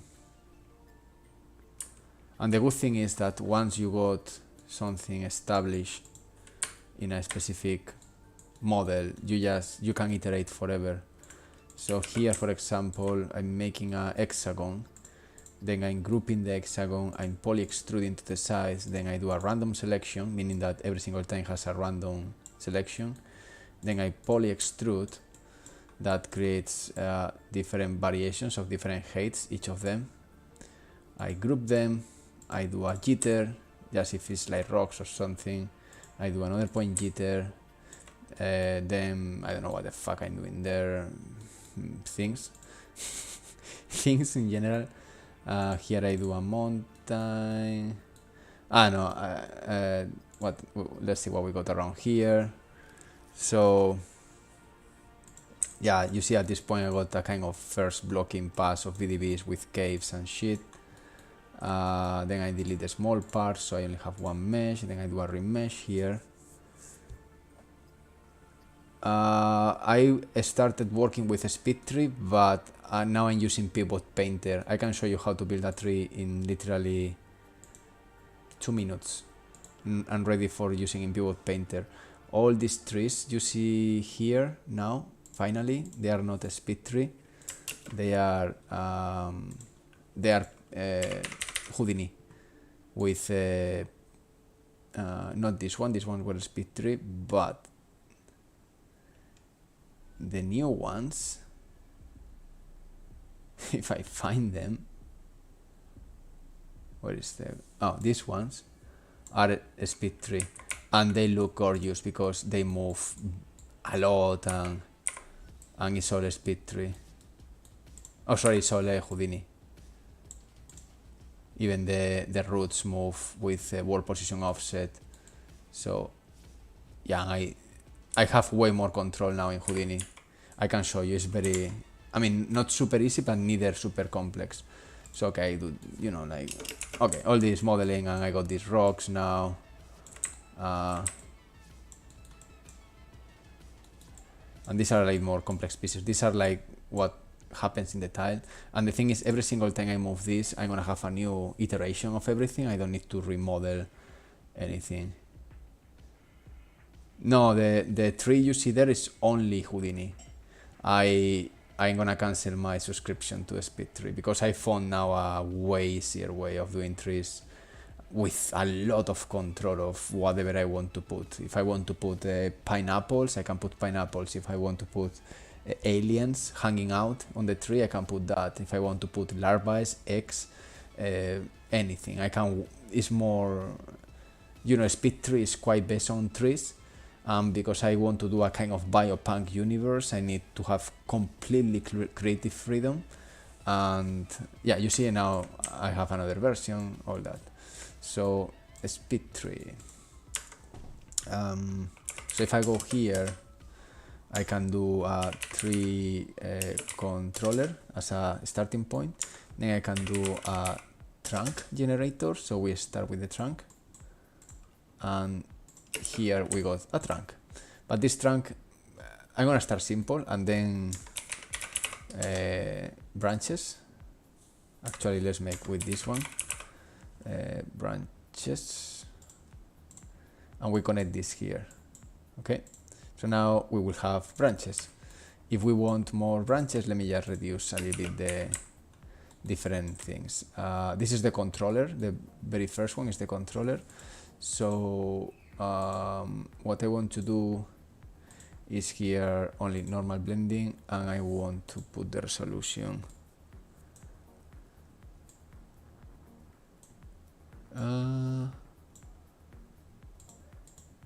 yeah, I'm not sure why this one is not okay, let's do this just to don't overkill everything. And also this one, let's change the resolution a bit. But here, for example, I could start playing with interesting, let's put some extra resolution.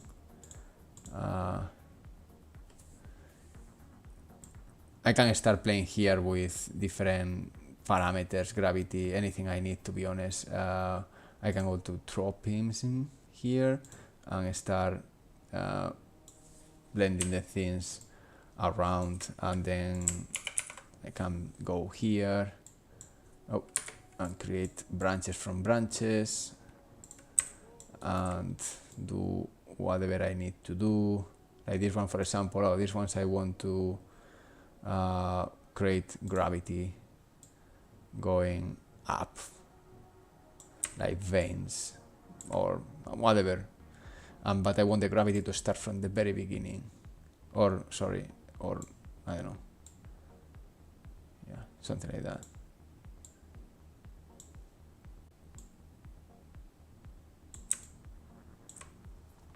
You can do anything.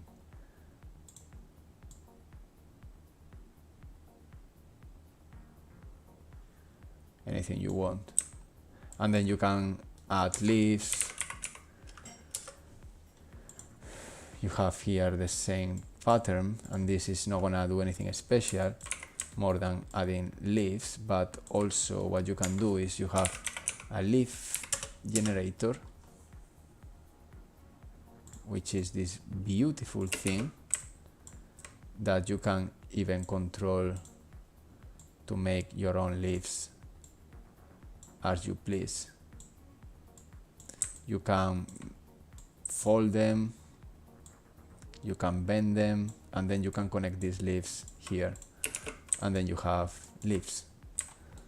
And this is in no time. If I want to do roots, I could put another branch that, you know, for example, I can always say you are gonna start closer to the bottom, you know, and rather than going there in gravity, you can decide to go in the other way around, -1, you know, and you can do whatever you want, and then this is gonna be ready for Unreal, because the last step, I just go 1. And again, you have a lot of noises here that you can play around with. I can go Perlin noise, or I can go with analytic Perlin noise, making these weird shapes of trees or whatever. And once you are happy with that, again, everything, radius, I can connect shapes made in Houdini. I can just put here sphere, and these are my leaves now. I think I broke everything. So yeah, these are my leaves. Now are balls. I can do whatever. So once you are happy with that, let me just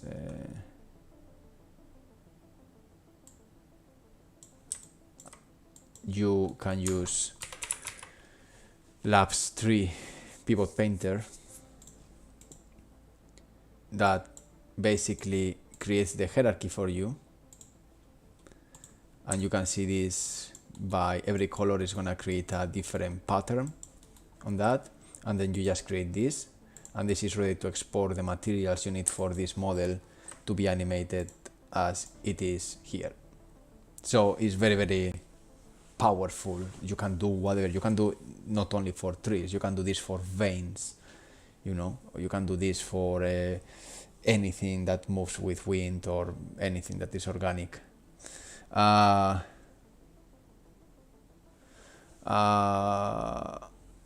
Yeah, you need, this is basically procedural modeling. It is true that also we sculpt in ZBrush and we sculpt in Blender, but at least I like to do the base shape and volumes in Houdini, because it helps me out to block out very quickly and iterate fast.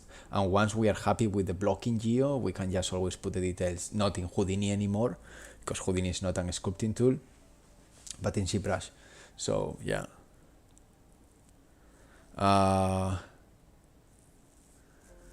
In Unreal, sometimes I model a bit. I use the modeling tools to fix things, like for example the pivots or the UVs, but usually I do that in other external tools. By the way, in 3D Max you have Pivot Painter as well for trees.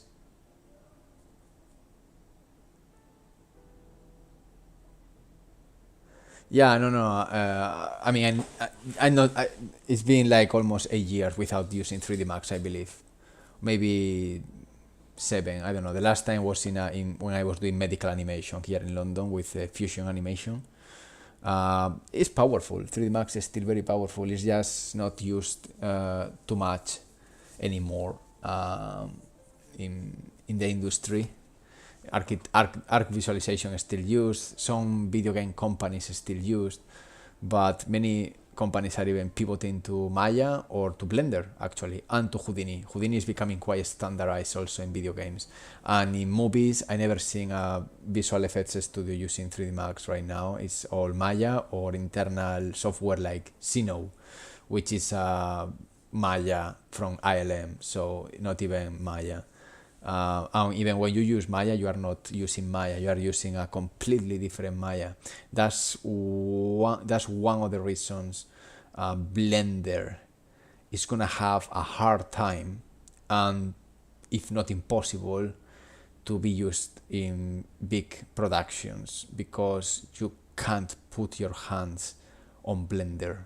You can until certain point, and in terms of infrastructure, is not ready enough to be inside a pipeline, because it communicates really bad with other software.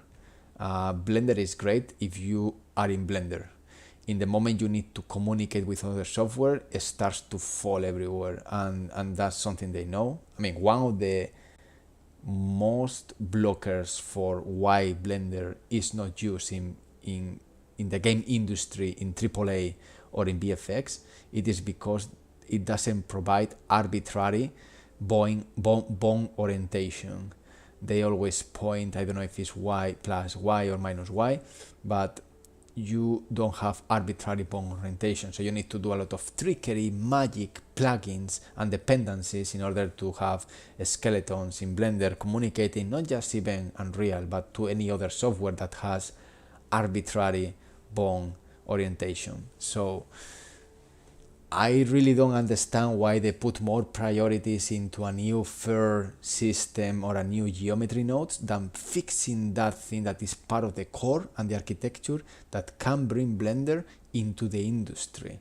One of the things I'm not using Blender over Houdini, it is because of this. As simple as that. And I'm not the only one. I know riggers plus 10 years of experience that the reason why they don't use Blender on DNEG, ILM, MPC, it is because the infrastructure, the basics, the core of Blender is not standardized. You can't be an industry standard if you don't standardize your own tools, and that's the problem. So yeah, that's a little bit of my little rant about, because Blender is great, but it's an impossible. It's not about if you like it or not, or it's depending on the artist. No, it's not depending on the artist. When you are working in a pipeline, you have tool A, tool B, tool C, and tool D. It's not depending on the artist. It's depending on the tools and the ecosystem. So if you put tool A and speak Chinese, and this tool speak Japanese, there is a problem of communication there, and it's gonna be really, really hard. Can you communicate Japanese and Chinese? Yeah, maybe you can, but it's gonna be harder. Okay. So yeah, that's basically the problem with Blender. It fails in these little things of communicating. So we got our dude, no, or not, or is my imagination? Okay, what is it?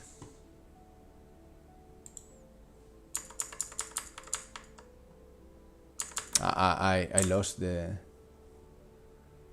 I start talking about Blender and this is what happens. I get angry as always. No, Blender is great. I just sometimes don't understand the preferences of what to upgrade first. I think Blender doesn't need a new hair system, to be honest, or more updates on Ivy, or no man, no.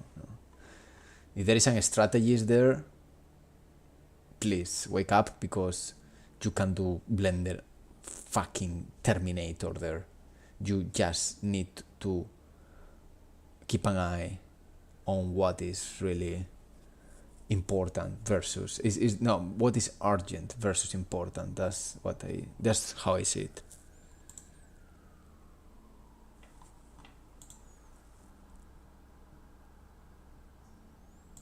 scales, but soft image has been used actually, I know, has been used in the industry more than less, even in Jurassic Park 1.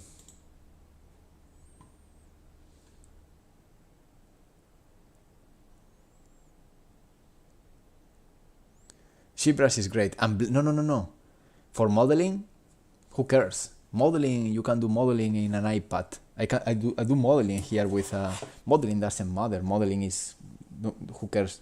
The problem is when we talk about hierarchies, when we talk about axes, when we talk about rigging, there are many complexities, and even the format USD by Pixar, Disney, try to unify among all the softwares, but as always, how many color spaces we got in the fucking world, because everyone has their fucking opinion about what is the correct color space. So the same shit happens with formats and happens with bone orientation, with Y up, Z up, forward X, forward Y, and so on and so forth. So that's the problem. But for modeling, who cares? You do modeling, you are just putting polygons in a 3D space.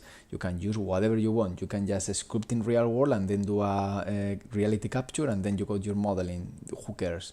It's more about when you are making the full infrastructure of a pipeline, a full pipeline, where you need rigs, you need renders, you need lighting, you need color spaces, you need specific extensions, formats, and more importantly, standards that define the entire pipeline. And Blender says, no, I think this is different because, you know, I'm very special.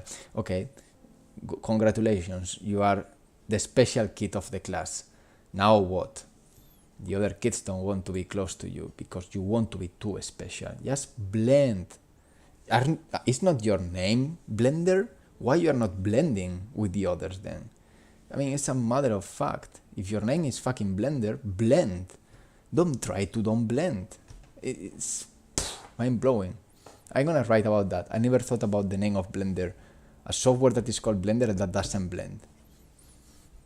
How contradiction. I mean, to be honest, Maya is called a 3D Max, right? Maybe I'm crazy. And that's all what happens to me. Maybe I'm asking too much. And I shouldn't. Let's import this. Friend. Our little bridge. It's our little bridge, no? Where is the bridge? Okay. Let's put on wet. Let's call this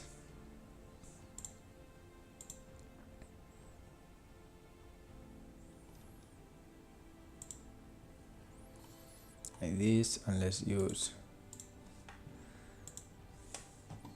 I mean, but Blender is open source, it's made by the people for the people. That's awesome, all great, it's free. I'm just surprised about people saying, but Blender is gonna be a standard. And then the next thing I just think about, but how many movies you've been working to say that so easily? I'm not like saying, oh, I work in movies so I know everything. No, I know shit. But there is something called pipeline there, and it's so relevant, not because companies need pipeline because they love to say pipeline to feel ego. No, it's because when you work with 1,000 people, your fucking geometry nodes is not gonna be used even a single fucking time. Your fucking first system is not gonna be used. You're gonna have a full dedicated team of R&D doing your tools for specific shows. So keep Blender flexible and robust. Don't put fancy crap on top because that's not gonna be used. It's not relevant. Do you think we use the XGen for, I mean, maybe XGen yes in DNX because DNX is very special.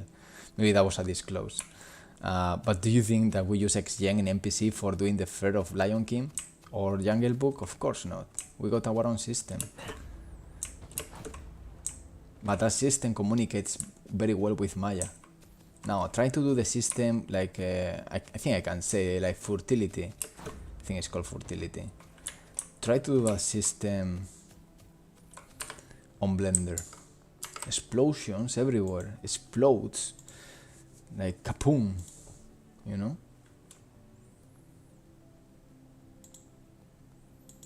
I hope I'm clear.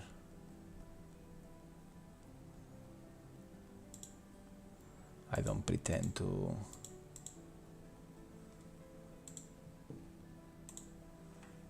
bother anyone.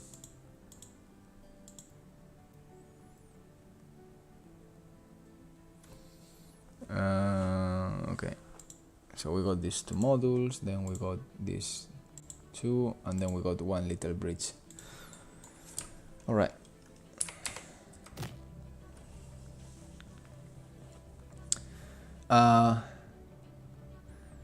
Hola, nuevo por acá. Para crear la base de tus mapas, ¿utilizas algo como Houdini o lo haces directamente en Unreal?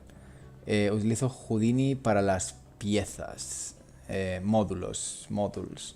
Y esas piezas luego son generadas proceduralmente al principio de cada partida. Pero las piezas utilizo Houdini bastante. Bloques de rocas, de árboles, de cuevas, de lo que haga falta. Omniverse is great. Omniverse is great. The thing is, I didn't have the time. I worked with NVIDIA 2 years ago when they were in the beta of Omniverse, and it was a great experience, but it was very early and I didn't see the functionality with my project that I couldn't spend too much time on that, but I think they are doing an amazing job. At least in the Omni part. The verse part is the one I'm skeptical, because if every company now is gonna try to use their fucking metaverse, I'm completely out. I'm fully out of that already. I see a fucking danger of lowering the quality of art in all this fuckery of verses. But anyway, let's see how everyone plays out. I don't decide what the market wants. I mean, many people love football. I don't like football. I don't see the point. I like it martial arts. Not many people like martial arts, statistically speaking. A part of the Kung Fu movies, of course, but you know, practicing and following martial arts more than football. I don't decide the market, and if people want metaverse and wants skins and NFTs and ownership of my testicles, go for it. You know, who am I to say what the market wants? Now, if all these software companies are focusing entirely in the metaverse bullshit, because this is what it is right now, that's not a very bright future. At least not for people like me. Not for people like me. Maybe for other kind of people, for sure. It's not the future I want to be quite part of. I don't know.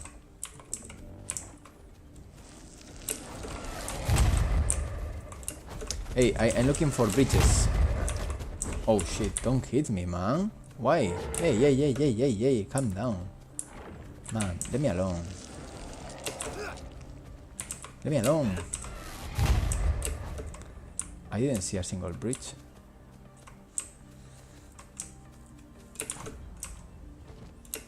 Maybe I need to put more.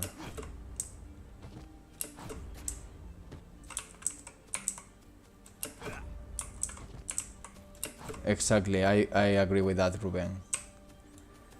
People forget that we are creating pixels.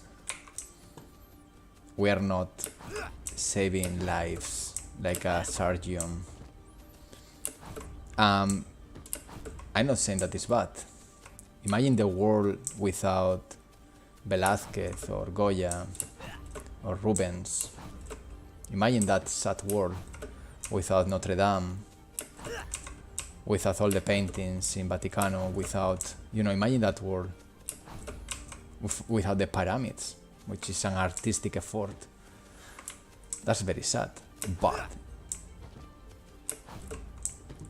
let's don't get our egos quite inflated about this meta bullshit stuff, because the real problem is other, and it's physical. So just balance.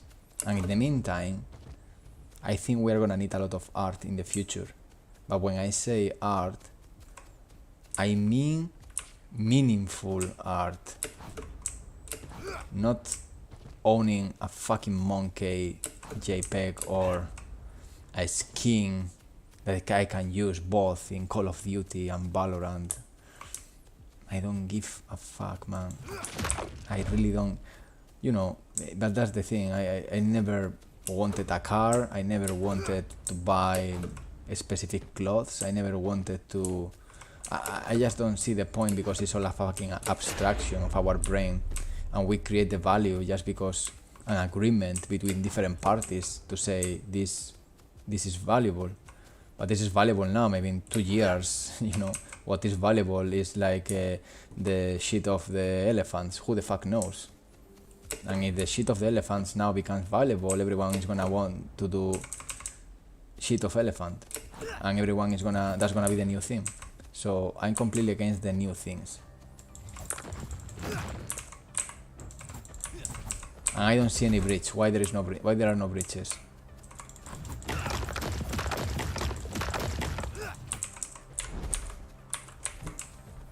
I don't see a single bridge.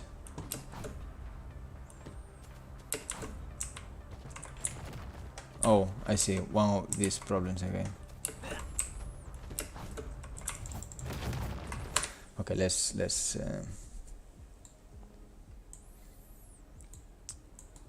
hey, a homie guy. Hola, I see you made a great progress. Congrats. Thank you so much. I mean, right now you are seeing a lot of experiments. It's not quite in a good shape right now, to be honest. But if you mean about the level generation, yeah, that part is the part I'm putting a little bit of effort, because the combat system was a little bit noisy design-wise. So I'm making the things more clear and visible. Small arenas. So yeah, that part is improved. I'm gonna change one of these pieces. Yeah, I don't want...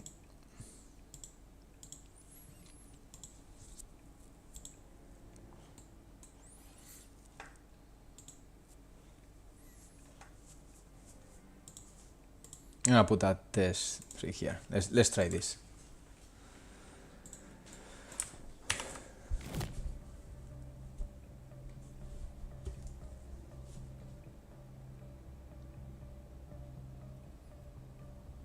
Yeah.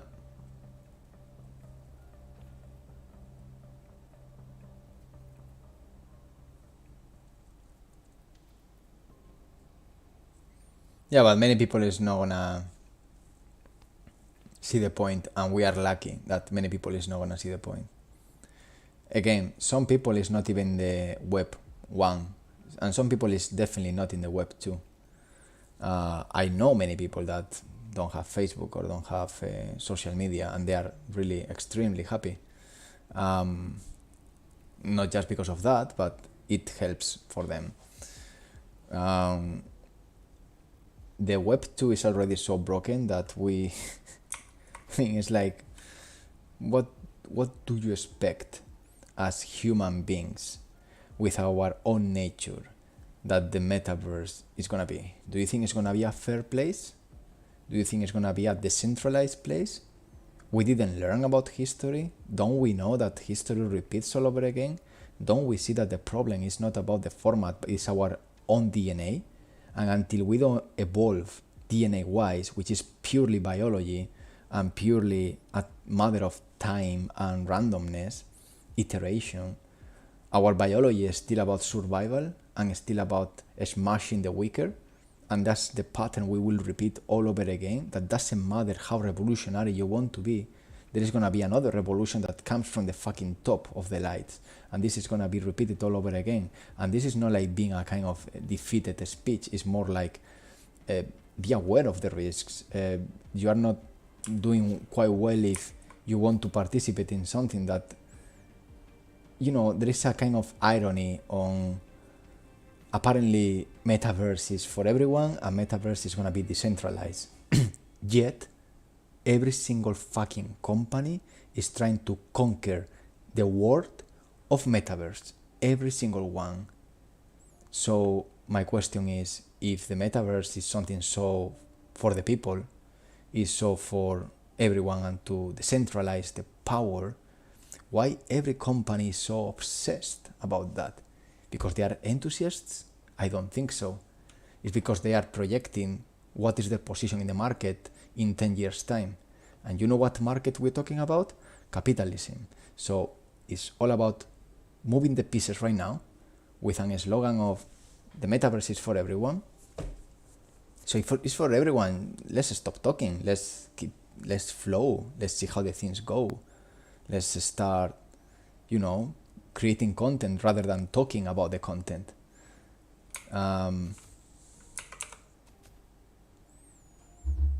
Monoverse is risky, because if it's monoverse, means that someone took the control, maybe a Skynet. Anyway, what are my fucking tunnels, man? You know what are my tunnels? I know what are my tunnels. My tunnels are gonna be, I knew it, under the floor, because they are little bastards. That's why I don't see the tunnels. I knew it. Okay, we need to do a change. But it's because the pivot is okay. One second.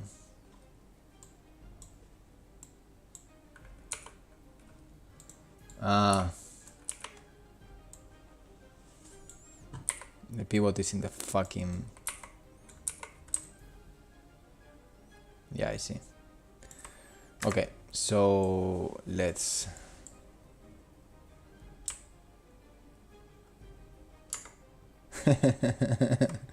Yeah, agree. Let's move these rocks a little bit higher. How higher? I'm gonna say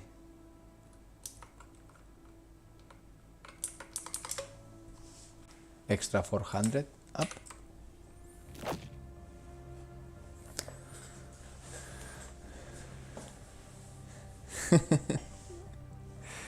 The good thing is, like, all these comments and all this chat is not gonna age well, I believe. Neither mine, eh? Anything is gonna age very well. The thing is, like, the future always surprise us with unexpected things, like a pandemic, like Trump winning the elections, even the Russian-Ukrainian war that started in 2014, of course, but we didn't imagine that happening, and it happened. So the future always surprises us, and there we are, all experts in reading the future, and yet not many times is transformed into the words we would wish to see. Okay, finally, caves.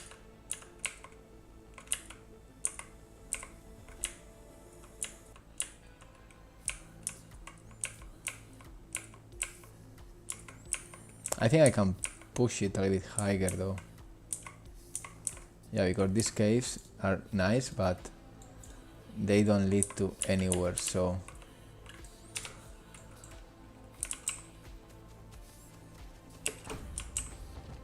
But I start to like the feeling of the generation.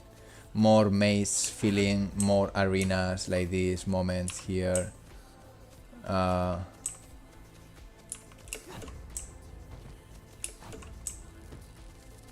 Uy.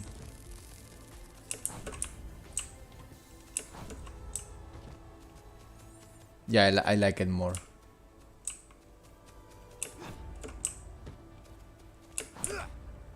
Definitely.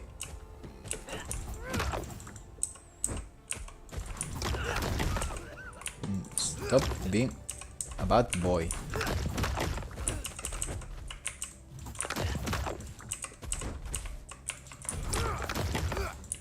I'm gonna kill you. Uy. Bueno, the friend.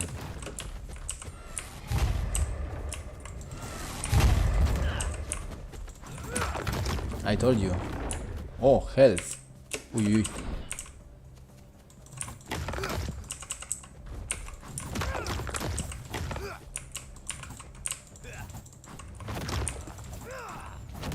Ay, ay, ay, ay, ay.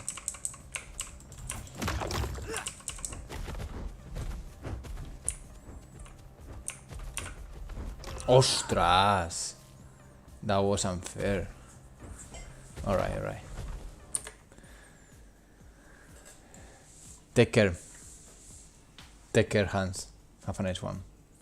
Okay, so we can increase just a bit.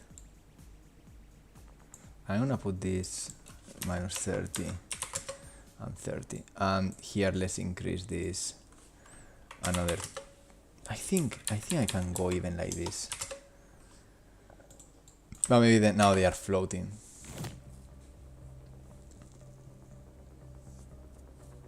Let's see. Oh, fuck.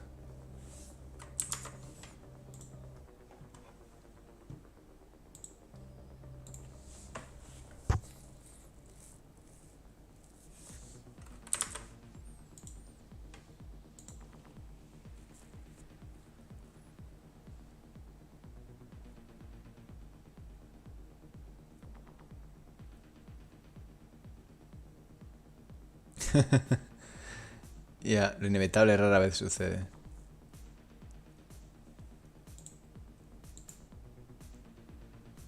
Yeah. Yeah, there's a lot of random factors that we can't be randomness doesn't exist in the universe. It's just our incapacity to predict something. Even computers can't give you random numbers. Randomness doesn't exist. It's a human inability.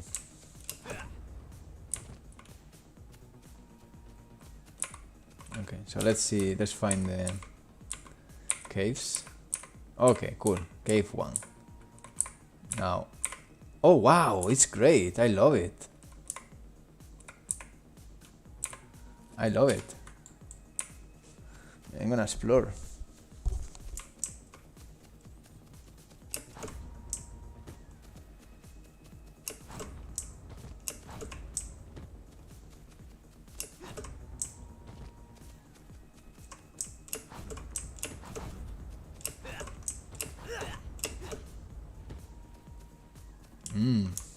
Oh man, I really like these tops.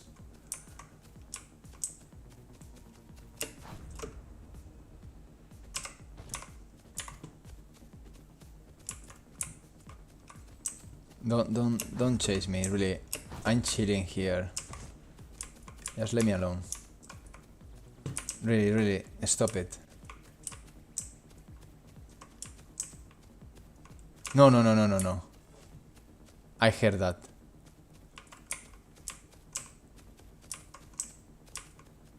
Oh man, I love this. I love this. I love this.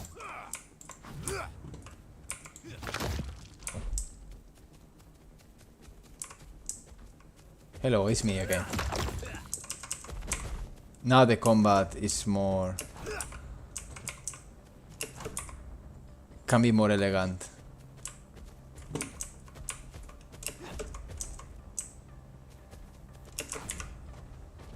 Let me alone, eh?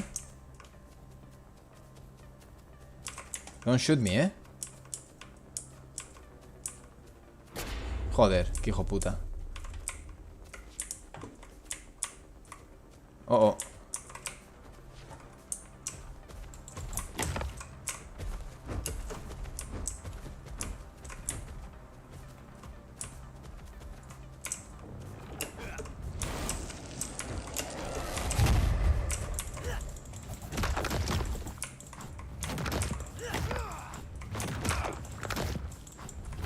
Is it stupid?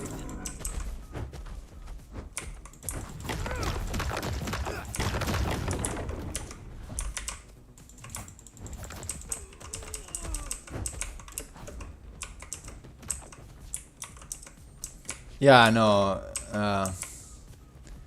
The darkness here is just because lumen. There are tricks. There are tricks that we can do here.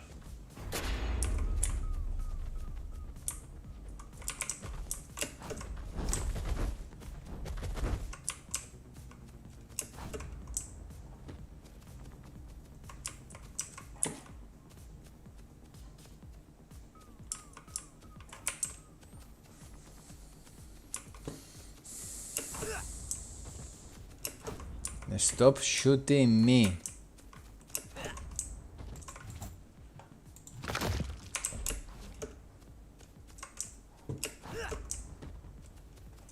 But definitely the next thing is gonna be the climbing system.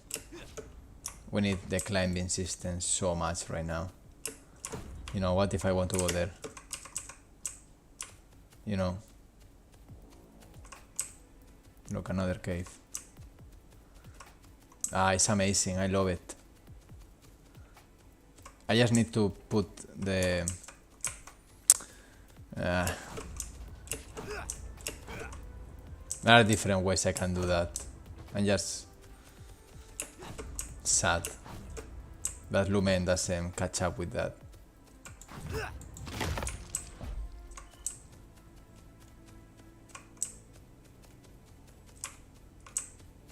Wow, what the hell? Why you are there, man? How? And why you had that kind of sexy pose? You think a conqueror?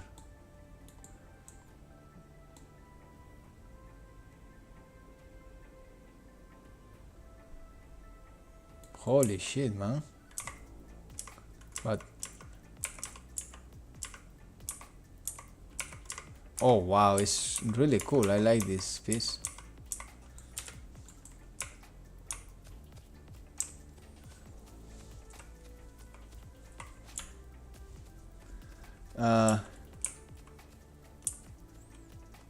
Yeah, I need to add something for inside the caves. I'm just thinking before jumping into something more artificial like glows and lights and self-illuminated materials and shit, because I need to do some rules. Oh, hostia, hostia, hostia, hostia, hostia, hostia. Oye, oye, oye, man, that's abusive. So rude. No, no, no, no, no, no, no, no.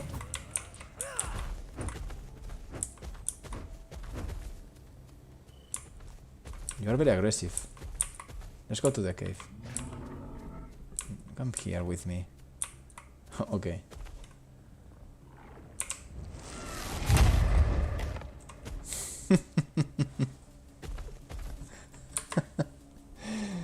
No, I can do a little experiment, but I think it's not gonna work. And the experiment is going to the daylight here. And in the daylight system, go to directional light and increase this to 5.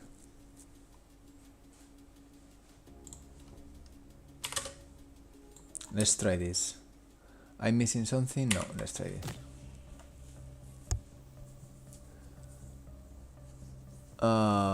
Emissive echo crystals inside the caves would fit good. Yeah. That's a tricky one though, because these meshes are instance meshes, so I really don't know about them. I don't have a lot of information about where they are placed, so they are very cheap in terms of performance. No, the camera going through the walls is, I know I say it's on purpose, but it's also part of another system that works a little bit better, but maybe I remove it. And the system is like a smooth camera going in out, so the camera never, I can show you, never snaps straight, so it's my own custom smoothing. But obviously the problem is if you go very fast, it doesn't adapt. So maybe not this one, I need to go to a wall.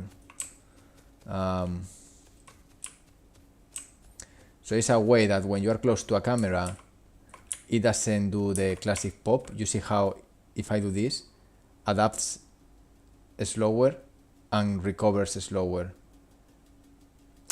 The problem is if I do this fast, I'm gonna be able to see through. But at the same time, I avoid to go like moments like this, for example, and I avoid the camera to jump very fast. That's the camera system, more or less. So look, now with Lumen, I have a little bit of extra light inside the cave, and I can even go here and check. There are different things that I could change to make this even more visible. So if I go here to the daylight system, what is your problem? Okay. Let's say if I put here 20, nah, it's actually not bringing light at all. Yeah, because it's very dark.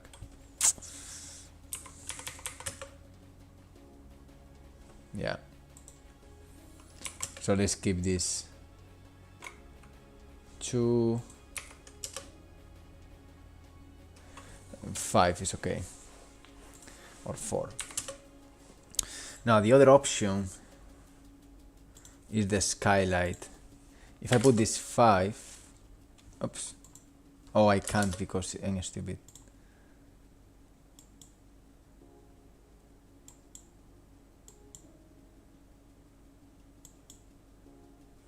I'm gonna cancel, I don't want to change the skylight. More options are the fog. If I make the fog emissive, I can bring this here like this. The problem is, while the fog looks better inside the cave and I have a better reference, when I go outside, it starts to be horrible and it loses the immersion.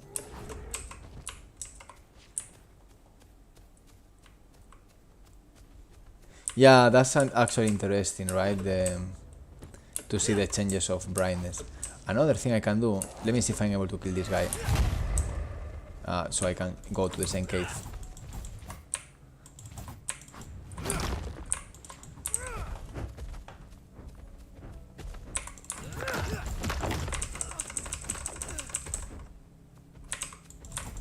Joder, tío, me va a matar.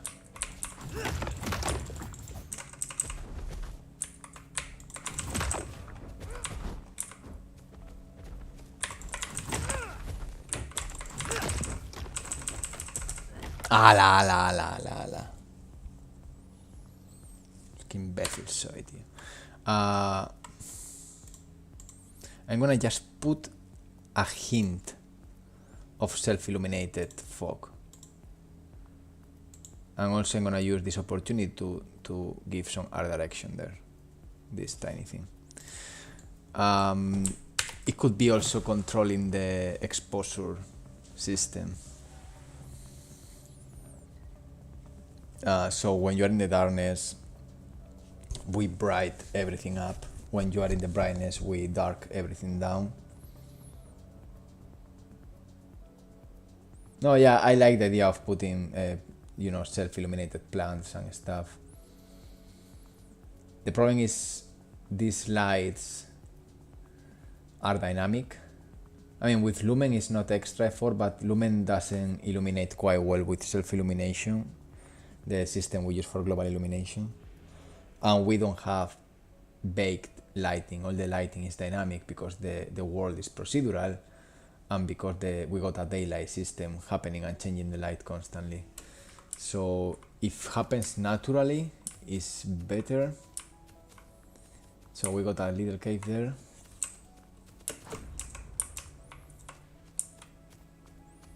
Yeah, here looks almost great. Like, I think it's even cinematographic. But let me see if I can push this a bit. So if I go here to post-process, and then I go to exposure controls,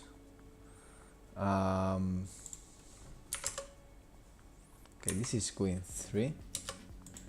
This maybe needs to be... Ooh, explosion.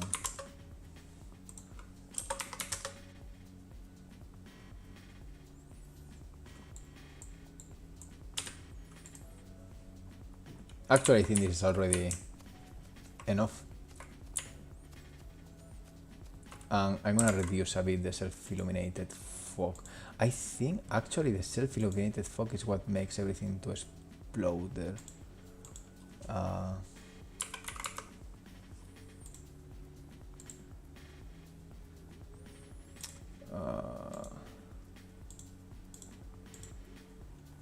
Let me just remove this temporarily. Yeah, so the zoom of a bit of fog there. Like this.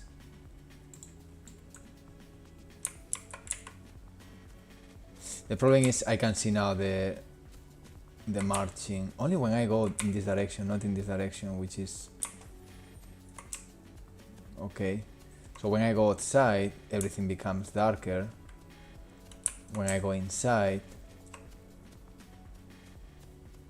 there's a bit of adaptation, and I see everything brighter, and then adaptation. I think that's something I can live with, and I can see my body here more or less. Yeah, and then we got this problem. I mean, I know, it's annoying. Maybe I can remove it, I don't know. Maybe I should.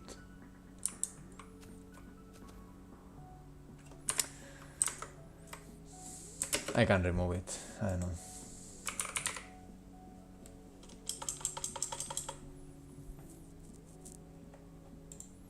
Yeah, it annoys me as well, and it was annoying me for a big while, and I didn't pay attention, and now, yeah, it's completely true that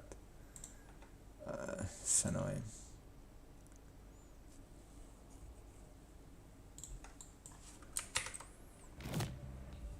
And in big levels like these open worlds, to be honest, not many times you're gonna be against a wall, so always one of the biggest problems in game design is the fucking camera.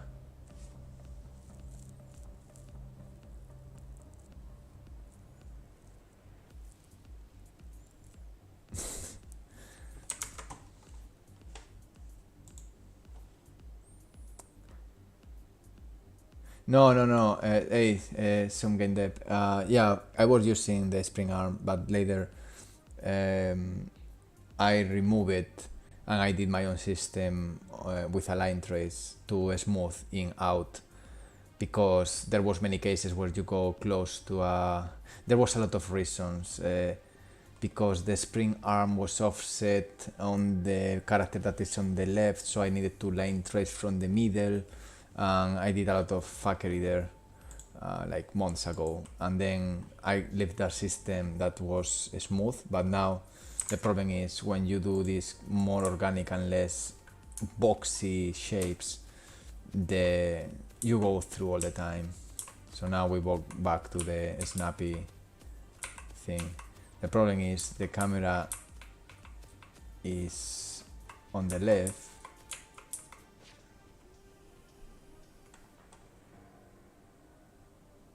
Yeah, this is the part I hate. This is the part I hate. This moment.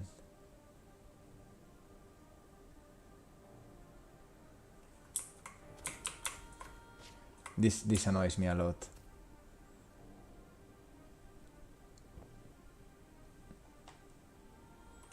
That's why I did yeah, you see these things? It's because the line trace is in my fucking back, doing stupid things. And I wanted to do my own line trace. What I can do is to make this as I got it, but way faster. So if I use my system, which happens on tick, what I can do is to... Yeah, here I'm...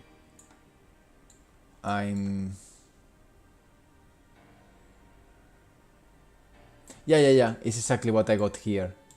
That's what I was considering. The problem is, the other reason I did this, it was to do a easy in, easy out lerp. But now obviously when you go very fast, it doesn't catch up on time. Yeah, this is the interpolation. And yeah, I got different rules. When you got the gang, you got a different speed. It was kind of okay system. I think I need to change the speed. So if you don't equip the gun... Oh, I see. Oh, this is the speed. No.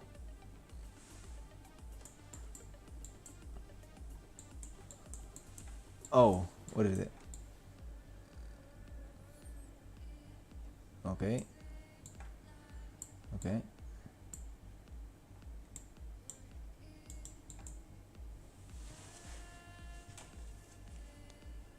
Yeah, I agree on that. This timeline sucks. Actually, it's even a... Oh, okay, so... I don't know, why using this? The thing is, this was a little bit of a long time ago. Oh, no, this is not used.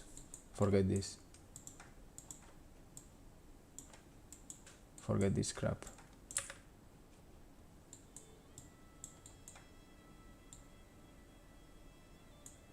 Yeah, I'm not using a timeline. I'm using a... I have a lot of fucking experiments here that never saw the light. Interesting, I found this boolean function. Is collision fix applied? So as you can see, if you arrive to this kind of booleans already, you spend a lot of time.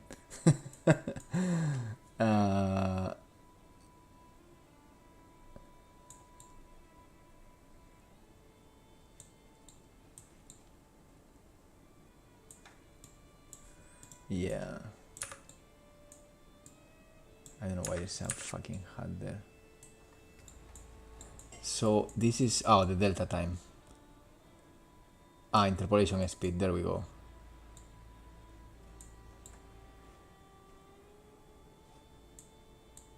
So the interpolation speed is... Oh, look at this. When I'm shooting, the speed is way faster. So if I put this normal, let's say, I'm gonna disconnect this 1 second. I'm gonna put always 100. And then I'm gonna remove from here the interpolation, blah, blah, blah, this. So I do my manual.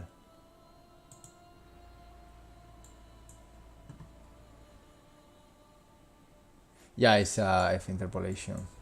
Yeah, I didn't use the timeline. Maybe I used it one moment and then I decided that this is crap. Yeah.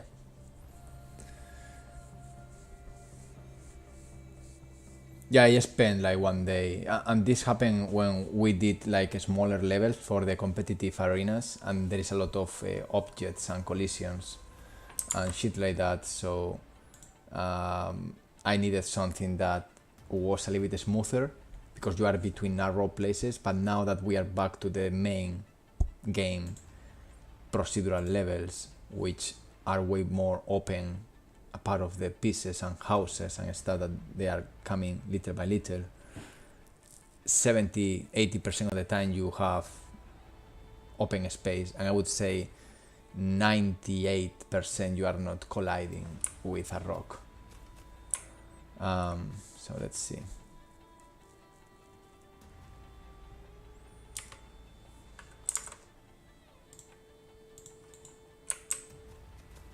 So now the interpolation is way faster and it's constant no matter what, if I'm shooting or not. Yeah, and I don't have the problem. Oh, this is the other problem. The other problem is because it's fighting. I know. Oh man. Yeah. Okay, I can fix that in another moment. It's an internal loop. Because it's checking the distance, but because the distance is changed.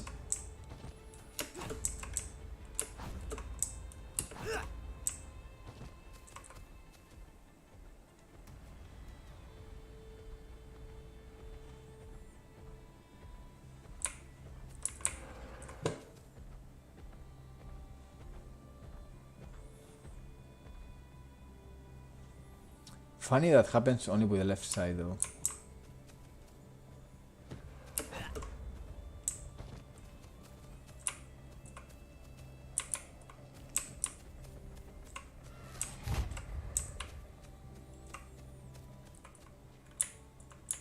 Oh, this one doesn't have collision. Okay.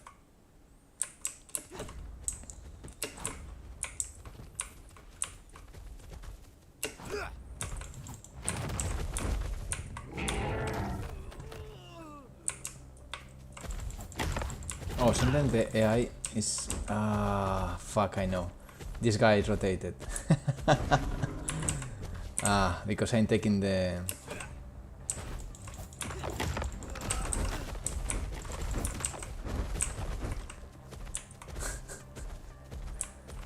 I'm gonna kill him.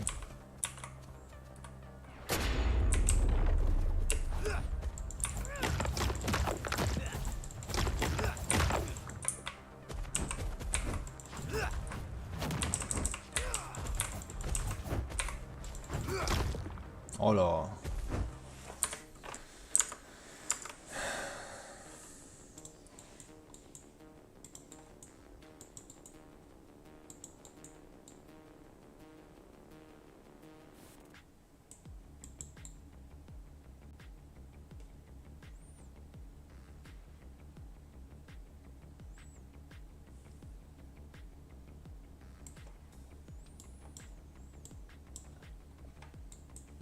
Okay.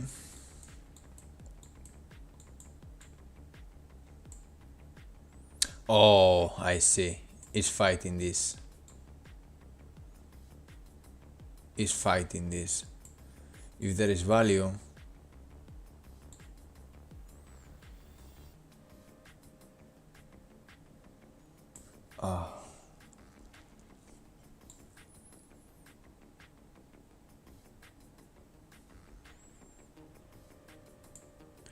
What if...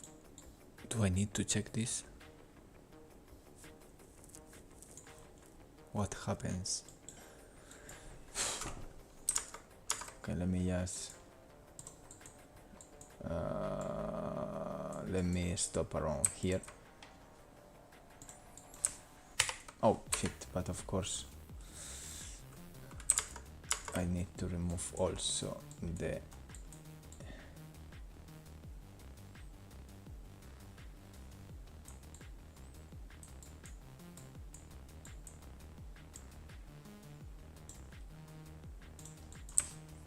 There we go.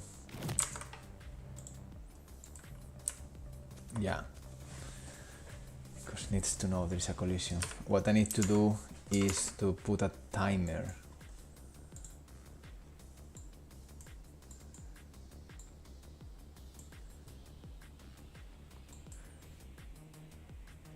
Oh, I need to think about this one. So if there is an impact,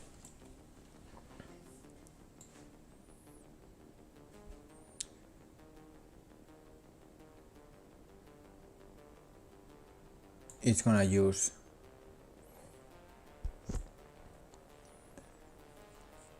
the new length.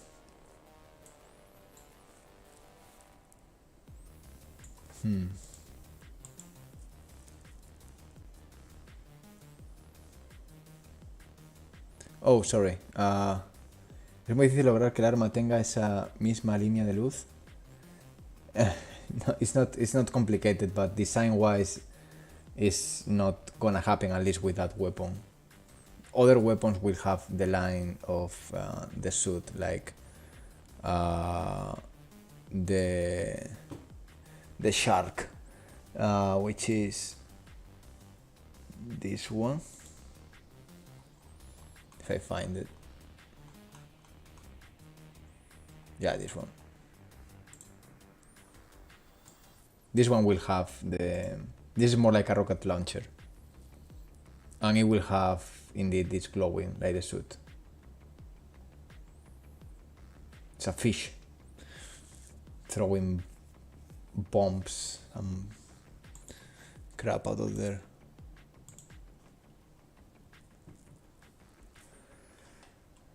But not the Septum rifle there.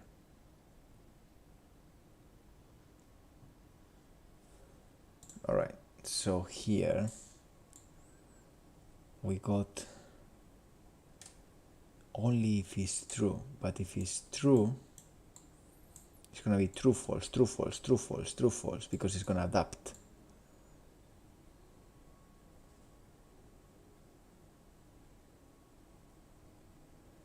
Okay, so it's not about true, false.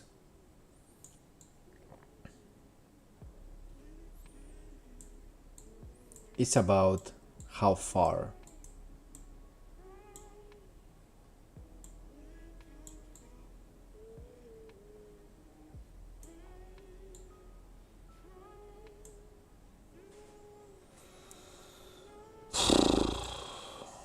Which is 250.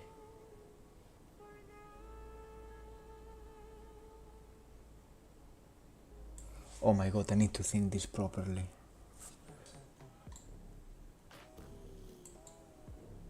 So I don't want this to be binary, true, false. I want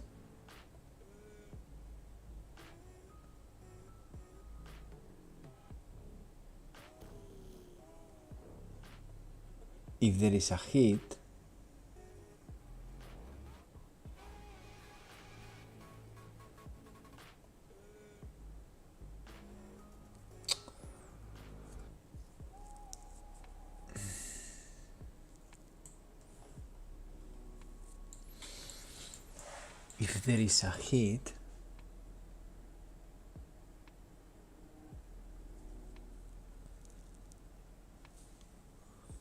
otherwise it's gonna flicker up and down because it's gonna be instantly false again.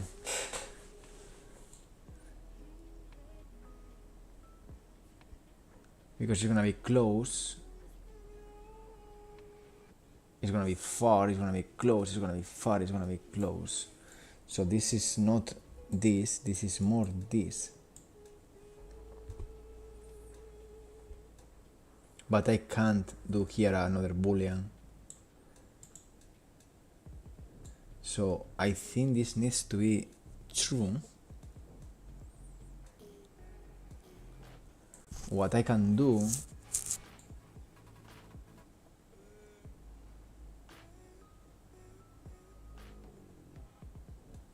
okay, let's imagine that this is always true.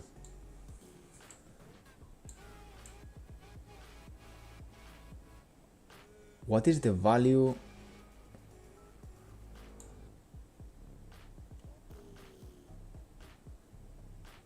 Oh, what is the value?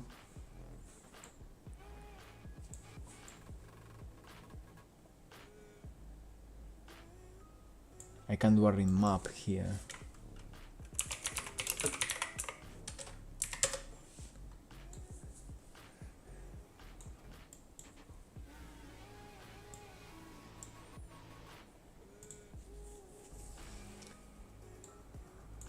And the maximum distance,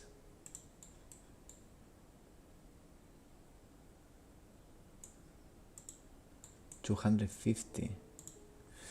This is not gonna work. So can be something like this.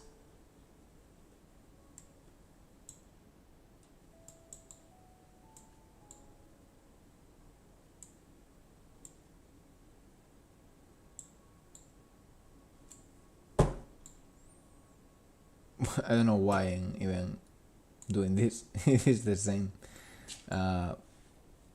But let's test it.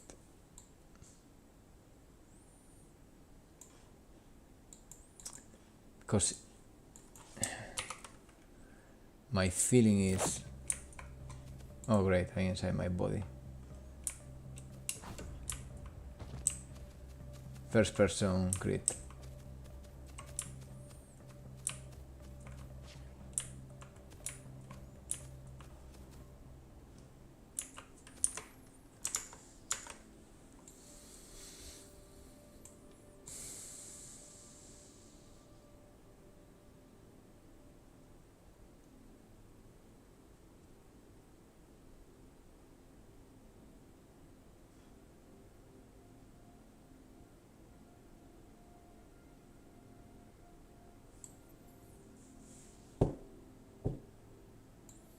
Yeah, because if there is no block and hit,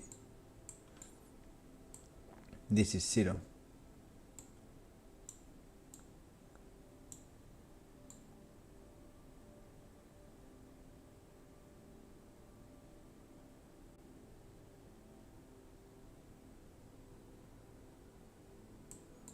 Well, what I can do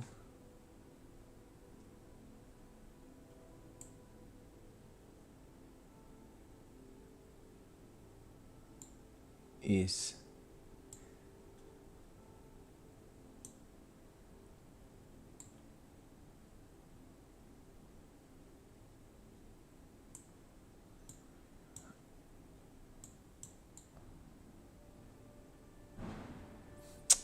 I was doing the same.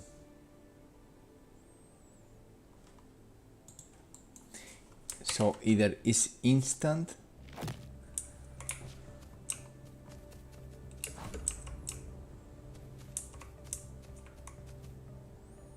or this happens, because basically this is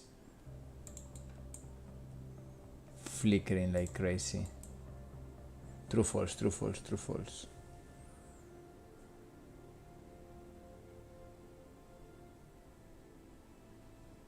However, what I can do is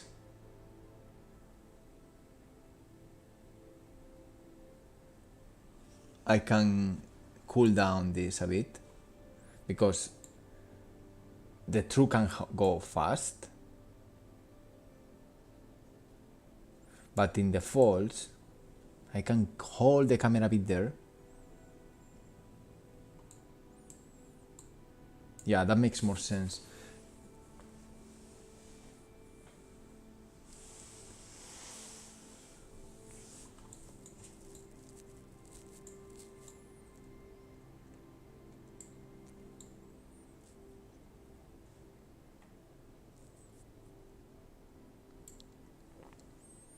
Okay, I will do that in another moment, but yeah, I need to play around with the camera. Anyway, thanks a lot for watching. Most likely, again, every day I'm streaming in the last couple of weeks, pushing this for the closed alpha. But yeah, thank you again for watching. Thank you for the conversation. It's been a pleasure. Take care, enjoy the rest of the weekend. Have a nice one. Bye.